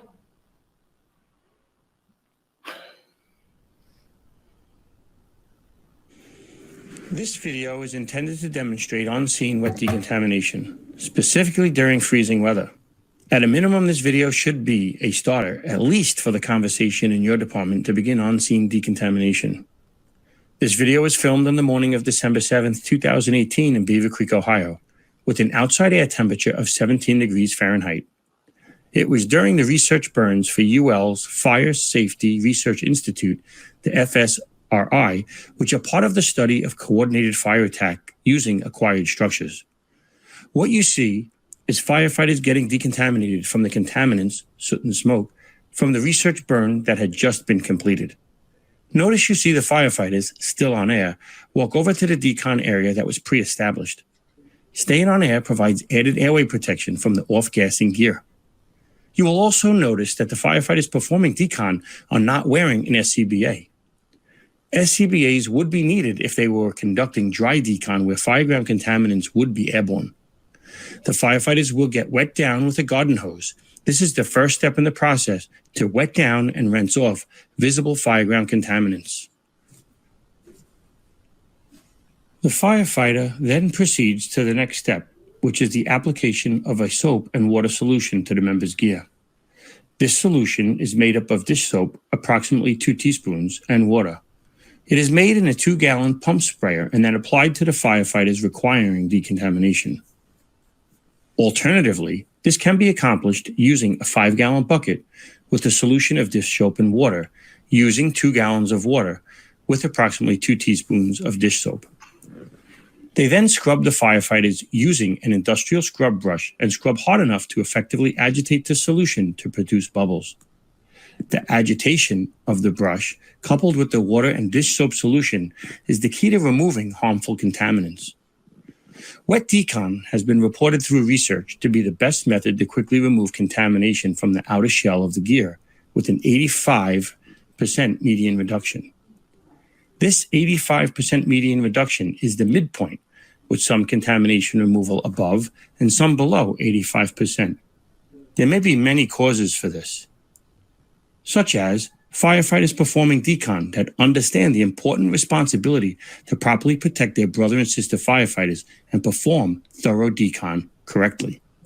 A company of 5 firefighters can typically be deconned completely in less than 5 minutes per company, using only a couple of firefighters. For a more efficient decon, it is best to have a decon officer supervising the operation and directing firefighters around to each of the stations. Importantly, we are using a garden hose.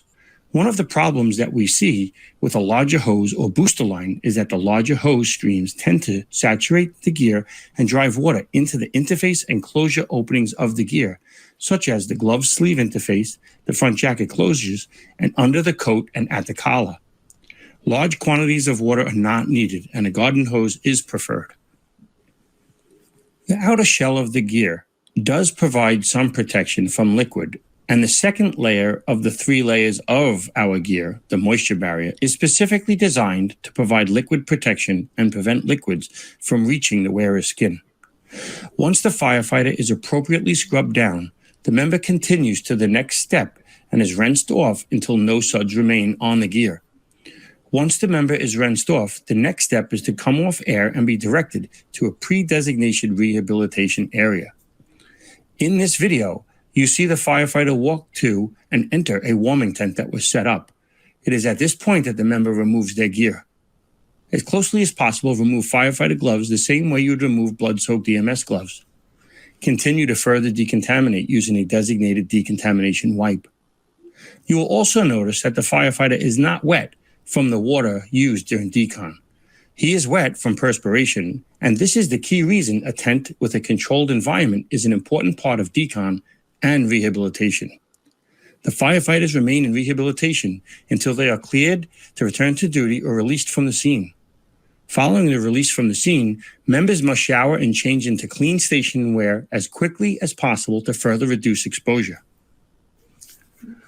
A few additional points for consideration. When possible, it is best. So anyway, firefighter Mike Bowman at the time didn't have any children. He now has, back there. He now has a couple of children. He was able to go on and do another burn that afternoon. To be clear, I do not recommend doing on-scene wet decon in 17-degree weather. From doing decon many times all around the country, I think that if the forecasted weather is going to be 40 degrees or greater, then we should be at least considering on-scene decon. Obviously, if there's heavy rain, there's lots of other reasons that you may not do it. Also, you saw that the members doing decon did not have breathing apparatus on, and simply I wasn't making stuff up. Everything we got was from the research, and the research didn't address whether the members doing the on-scene wet decon should have on breathing apparatus. So if you have staffing that's going to be on SCBA, that's great. But if it means you're not going to get it done, then they could do it without it. But if they're doing dry decon, right, we know that there'll be particles in the air, then we should be making sure we do that. But the logistics of it, the ice melt that you'll need, all the different things for cold weather decon. So in the last 2 years, we had a fire on the 80th floor. This was a 2-story private dwelling. So what do we do? How do we do decon? What if the vibro alert's going off? What if they're low on air? There's a lot of things. What if he's having a medical emergency? Well, so it's as low as reasonably achievable. So if I have a fire on an upper floor, it doesn't have to be the 80th floor. I have a fire on a 6th floor. What do we do? Is it reasonable to expect the firefighter to stay on air? They just put the fire out, hopefully, and now they're going to walk downstairs, staying on air until they go to your decon area. Is that realistic? I don't think it's realistic. Is it realistic for them to come out and if they have some air to go back on air and then decon? That's realistic. So procedures have to be realistic. Firefighters are very good at sniffing out BS. And if you don't have procedures that account for common sense, they will reject all of this and won't want to do anything. They just say, what you're talking about is crazy. We still have to fight the fire. And I'm like, yeah, we do have to fight the fire. And we're going to look out for your health and safety. Well, we got to balance. It's a balancing act. How do we best balance that for all of our members? So where are we here? All right. Excellent. So yeah, we mentioned this about washing machines. So for many years, our Rescue One in Manhattan has had their own washer. In fact, they bought the washer in 2001, and then they made their own makeshift drying rack, which we now support what they're doing there, and we try and get them what they need. But you think about it, your members that are in special operations companies that go to every fire, their exposure is going to be even greater than many of your other members. So we have to make sure that we're accounting for that and doing all we can to best protect them. Wash your hands, wash your hands, wash your hands, right? I mean, when my kids were 2, I taught them that. And we're talking about it now again with grownups. But whatever we got to do, right, it's before and after you use the bathroom. So for testicular cancer is 2.1 2.12 times more prevalent in firefighters. So there's lots of different reasons, direct contact, whatever, the way our bunker gear is, the way we put it down and gets diesel exhaust in it when it's being stored. But again, it's just simple. Wash your hands before you go to the bathroom and after. I know it's going to take 30 more seconds. I know that, but again, it's personal accountability. Diesel is a known carcinogen, but it wasn't until 2012. It's been in NFPA 1500 for a long time about how we should be preventing the diesel emissions into our living areas. So making sure that we have it and have partners, right? So it was our union that got our firefighter union, particularly Dan DeFranco, that was able to get it done for the New York City Fire Department. He was a champion for this long before they were champions for this. And when they put the exhaust system into the firehouse, it came with a plaque to his dedication because he wound up, they dedicated that in 1997. They dedicated the systems to him, and the plaque went up in every firehouse. So you can see pictures of him with his children, one who was a firefighter and one who was a police officer. So changes in modern apparatus, just because you can't smell the diesel because of the changes doesn't mean that it doesn't exist. Smaller particles potentially get deeper into your lungs. All things that we got to consider. When we don't smell it, we think that the problem's not there. When it still is. So we got to make sure that we're taking care of that. And as Dr. Prezant would tell me, anytime you're talking about this, you got to make sure you're talking about healthy lifestyles and the choices that you could make. Exercise regularly, avoid alcohol, tobacco products, limit red meat intake, use sunscreen. Listen, I like my beer. I like a nice steak. I know the risk to that. I understand that. There's no benefit to me wearing a dirty hood, though. There's no benefit to me wearing dirty gear. I'm going to continue, knowing the risk, I'm going to continue to have my red meat occasionally and some of the other stuff that I spoke about. But we got to make sure that we are doing all we can to make sure that we are living our best possible life. This was part of our smoking cessation campaign back in the 80s. I was able to run across this photo that they got firefighters involved with. And it's just, and part of the problem is some of the stuff that we implement today may take a decade or two before we see the results of it. Tactics of opportunity. During size up, whenever possible, consider smoke movement and direction for apparatus placement. Now, that might not be right away, but we should be considering smoke movement for where we're putting the first hose line. Right. So we just got to be considering these tactics that we could be doing that are going to be mutual beneficial to the fire operation and also to making sure that we're minimizing our risk. And there's plenty of them. Where to put the apparatus, where to put the where to put our staging area, where to put our incident command post. All of those type of things are things that we certainly should be considering.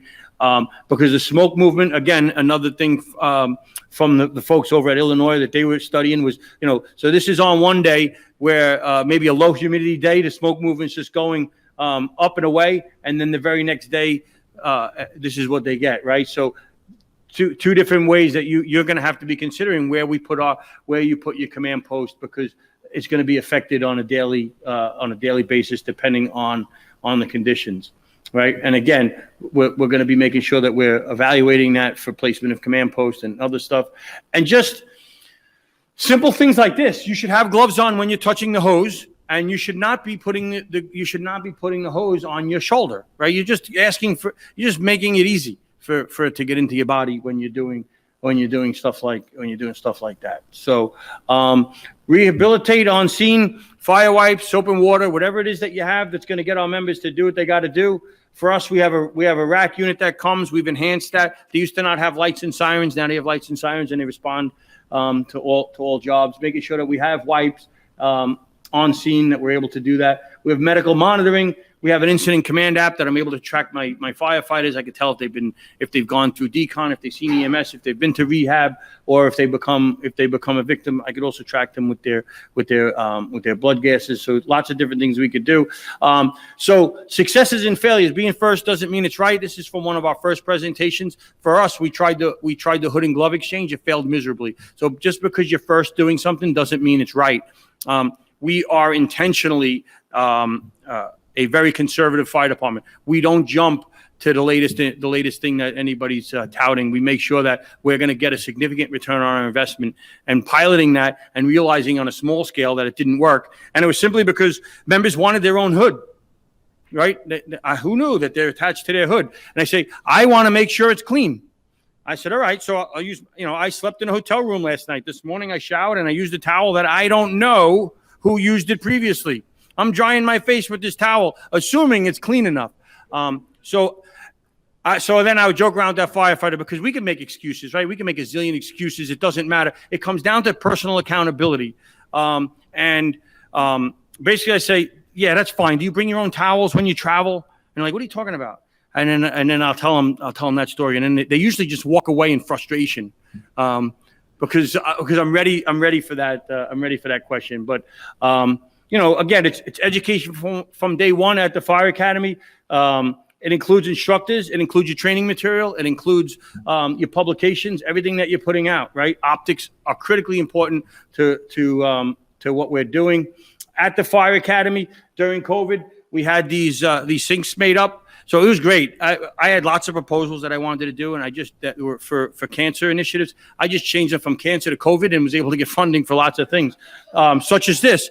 And we'll simply lose more firefighters to cancer than we'll lose to COVID, right? I mean, you think about it, how many names we put on the wall every year. But however I got to get it. And, and I get made fun of this because I made sure, I said, you got to put mirrors on it, because the firefighters have to see that they have soot on their face. And if they're not able to see that, then they're not going to think it's important. So this is out. If we're doing a live burn at the Fire Academy, these are out all the time. Obviously we don't have them on the scene, but we have soap and water and wipes and whatever on the scene that we got to make sure we do. So, that we're doing it. So, we need leaderships to be a champion for the cause, be passionate. Brian, the video, one of the videos, if I had like all day, would be his presentation. Are they bugles or are they plunges or bugles? It's fantastic, and he did it like 10 years ago. It's just an amazing presentation that everybody should see. And the challenge is, when you're a new officer, you no longer have a choice whether you want to enforce rules and regulations. When you're a leader, that is your sworn duty and responsibility and obligation. So you just can't say no anymore. And one of my good friends gave me this book to read, and this is by far, I finally got to meet this guy, by the way, Richard Gasway. He's pretty good guy. And I had been using this quote for a long time before I met him. But it's not my job to be popular. It's my job to keep my employees safe. And if they don't like my decisions that ensure their safety, I'm not going to lose any sleep over it. They could hate me for the balance of their long and healthy lives. Every new officer should read that statement, because it's the new officer that thinks that they just want to they want to make sure that they get along with their firefighters, right? That relationship they have with their firefighters is critically important. But making sure, the most important thing you should do, I think about the officers that I've had in my career, and I've been blessed, I've had a lot of good leaders mentor me, is that I wanted to be like them, because they weren't the slug officer. They were the good officer that you wanted to be like. No one says, I want to be like that guy. He sits in the office all day and does nothing. No one says they want to be that guy, right? So, this is a good one for them. And this would be the video on that. We got to make sure we're considering our fire investigators, which we're doing better. We got to make sure we're considering the people who are working on our rigs. This everybody. It's a full circle here of people that are being affected. The people that are working on your SCBAs. We have a whole crew that they do the PM. It's a full-time job doing PM on it. So whenever these pictures, I love these stories. They're great. But just know that, do it with clean gear. Make sure the station's clean, whatever it is. Every time there's one of these stories, my phone lights up like immediately. People sending me pictures of it. I'm like, there's nothing I can do about it. It's in Minnesota. But again, they're great stories for the fire. They're great stories for the fire service, because everybody loves the fire service. But just know, if you're going to take the baby picture with the baby in the helmet, make sure it's a clean helmet, right? And then know that there's an increased risk, even though it might be small. There is an increased risk. Insanity, doing the same thing over and over and expecting different results. The last thing I'm going to leave you with, I know I'm running up against the time. So in this book, in the Reduce Your Risk book, there's a story written by his widow. And it's just a fascinating story of my good friend Ed McDonough. So certainly read that. and Ron Spatafora, who is our chief of fire prevention, just an incredible, inspirational man. He wrote an article in there. He's a 40-year member of the FDNY, and he lost his battle with cancer the night before we produced this book. We have a newer version that's online that's dedicated to him. And when I asked him to write a story on it, he said anything for the brothers and sisters. And he wrote an article, and it was he's published more than 50 articles in Firehouse, Fire Engineering, WMIF, and this was his final article that was published for him. So just an amazing individual. So that's all I got. Thank you for your attention.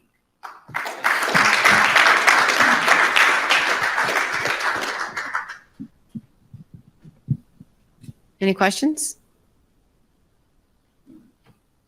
So I know I'm going to lose some of my overwhelming popularity for raising this subject because I always do in my own fire department, but we always talk about not bringing gear into our living quarters and always having our gear bagged when we're transporting it. But we still fight a battle of firefighters wearing gear unnecessarily. So they put bunker pants on to go on medical calls, and then they wear those bunker pants into other people's living quarters and homes. I still see, believe it or not, firemen wearing bunker pants into grocery stores. How do you guys address that? Do you address that? Do you have policies against that? In lieu of policies against it, how do you recommend it's addressed? Education. I recommend education because here's the right. So our bunker gear is our identity, and when it's cold out, they're wearing them. When they go on an EMS, when firefighters go on an EMS run, they wear them because they'd rather get whatever on their bunker gear. It's a cultural thing. It seems to be everywhere, and we just got to start educating our members that on non-structural responses that we have to move away from wearing our structural firefighting gear when it's simply not when it's not necessary. It's a challenge. It's definitely a challenge. And it's, again, start where you are in your department. And your department's not going to be, they're not going to be ready for everything, right? They may not, when you start telling them, go back to your department and tell them that you want them to scrub the top of their helmet. Tell them that's the first thing I want you to do. And then your program will be dead in the water, right? So you got to start with common sense, realistic things, and then start educating them on the things that you wish they were doing. Because you can't, if you go back and you say, I just saw this great presentation. I just spent 2 days at this seminar. I'm going back. I'm ready. I'm going to make 50 changes. Don't do that. Make 2. No, realize that eventually you're going to get it going, right? So Illinois and Florida both have buckets on the rigs, right? I can guarantee you they're not being used all the time. But I can guarantee you that they're being used more today than they were the day they were issued, right? And eventually, as more people read the policies become study material. New officers need to read it. They need to get educated on it. And they're in place, ready, when the firefighters are ready and the department's ready to totally embrace it. But some companies, some offices, some champions in that department are going to use it. If they don't have the tool, they can't use it. But, that's a long answer to your short question.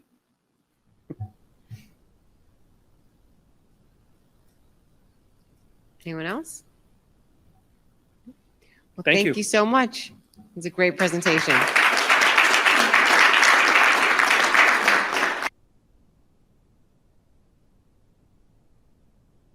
Richard, back up to the podium. There was a few questions that came through late that were online. So how important is it for firefighters to have 2 sets of PPE to ensure appropriate cleaning? That's a great question, and that's a little bit of a loaded question because obviously if 2 sets are available from a budget perspective, from any of the other considerations that go into it, that would be the gold standard. Realistically, with the 70-75% of fire departments being volunteer fire departments, the budget restrictions, that's not always possible. So, there's other steps that can be taken. That's everything that Chief Lieb laid out, everything we've talked about, the preliminary exposure reduction, reducing that 85%, airing out the VOCs, all those steps that can be taken, help that. But certainly 2 sets would be the gold standard. Great. The other thing that came through that I thought was really interesting is, what is the importance of tracking of washing cycles of the PPE? And what are some recommended procedures for tracking that? That's another good one. So the study we recently did, we looked at gear and we exposed it 40 times. And some of those sets of gear went through the standard washing processes through an extractor. Some we just did the preliminary exposure reduction. And some of those sets of gear, we actually didn't do anything. We brushed off the big chunks and then exposed that gear again. And we did that, and we ran all the samples through the NFPA tests again to look at the breakdown over time. And what we saw is that certain types of gear have different levels of breakdown. The more metal components, if you have gear that has the hook and D closure as opposed to zipper closure, breaks down from laundering quicker than gear that has more plastic components and isn't beat up as much in the wash. So the answer of when do we replace gear and how many cycles can it take, we don't have those answers right now, but that's the direction that we're trying to move. And again, on our toolkit, we have those reports of how the different laundering practices affected the gear. Great. And one final question. What can you share about spray?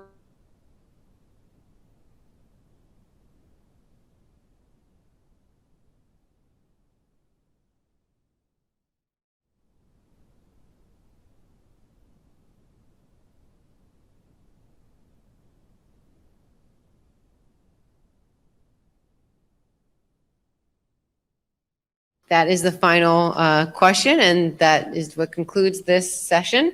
So we're going to have a 15-minute break. We'll meet back in the main room at 4 o'clock for one last panel session. It'll be a summary of all the different groups that were going on at this time, and that's it. So thank you guys so much.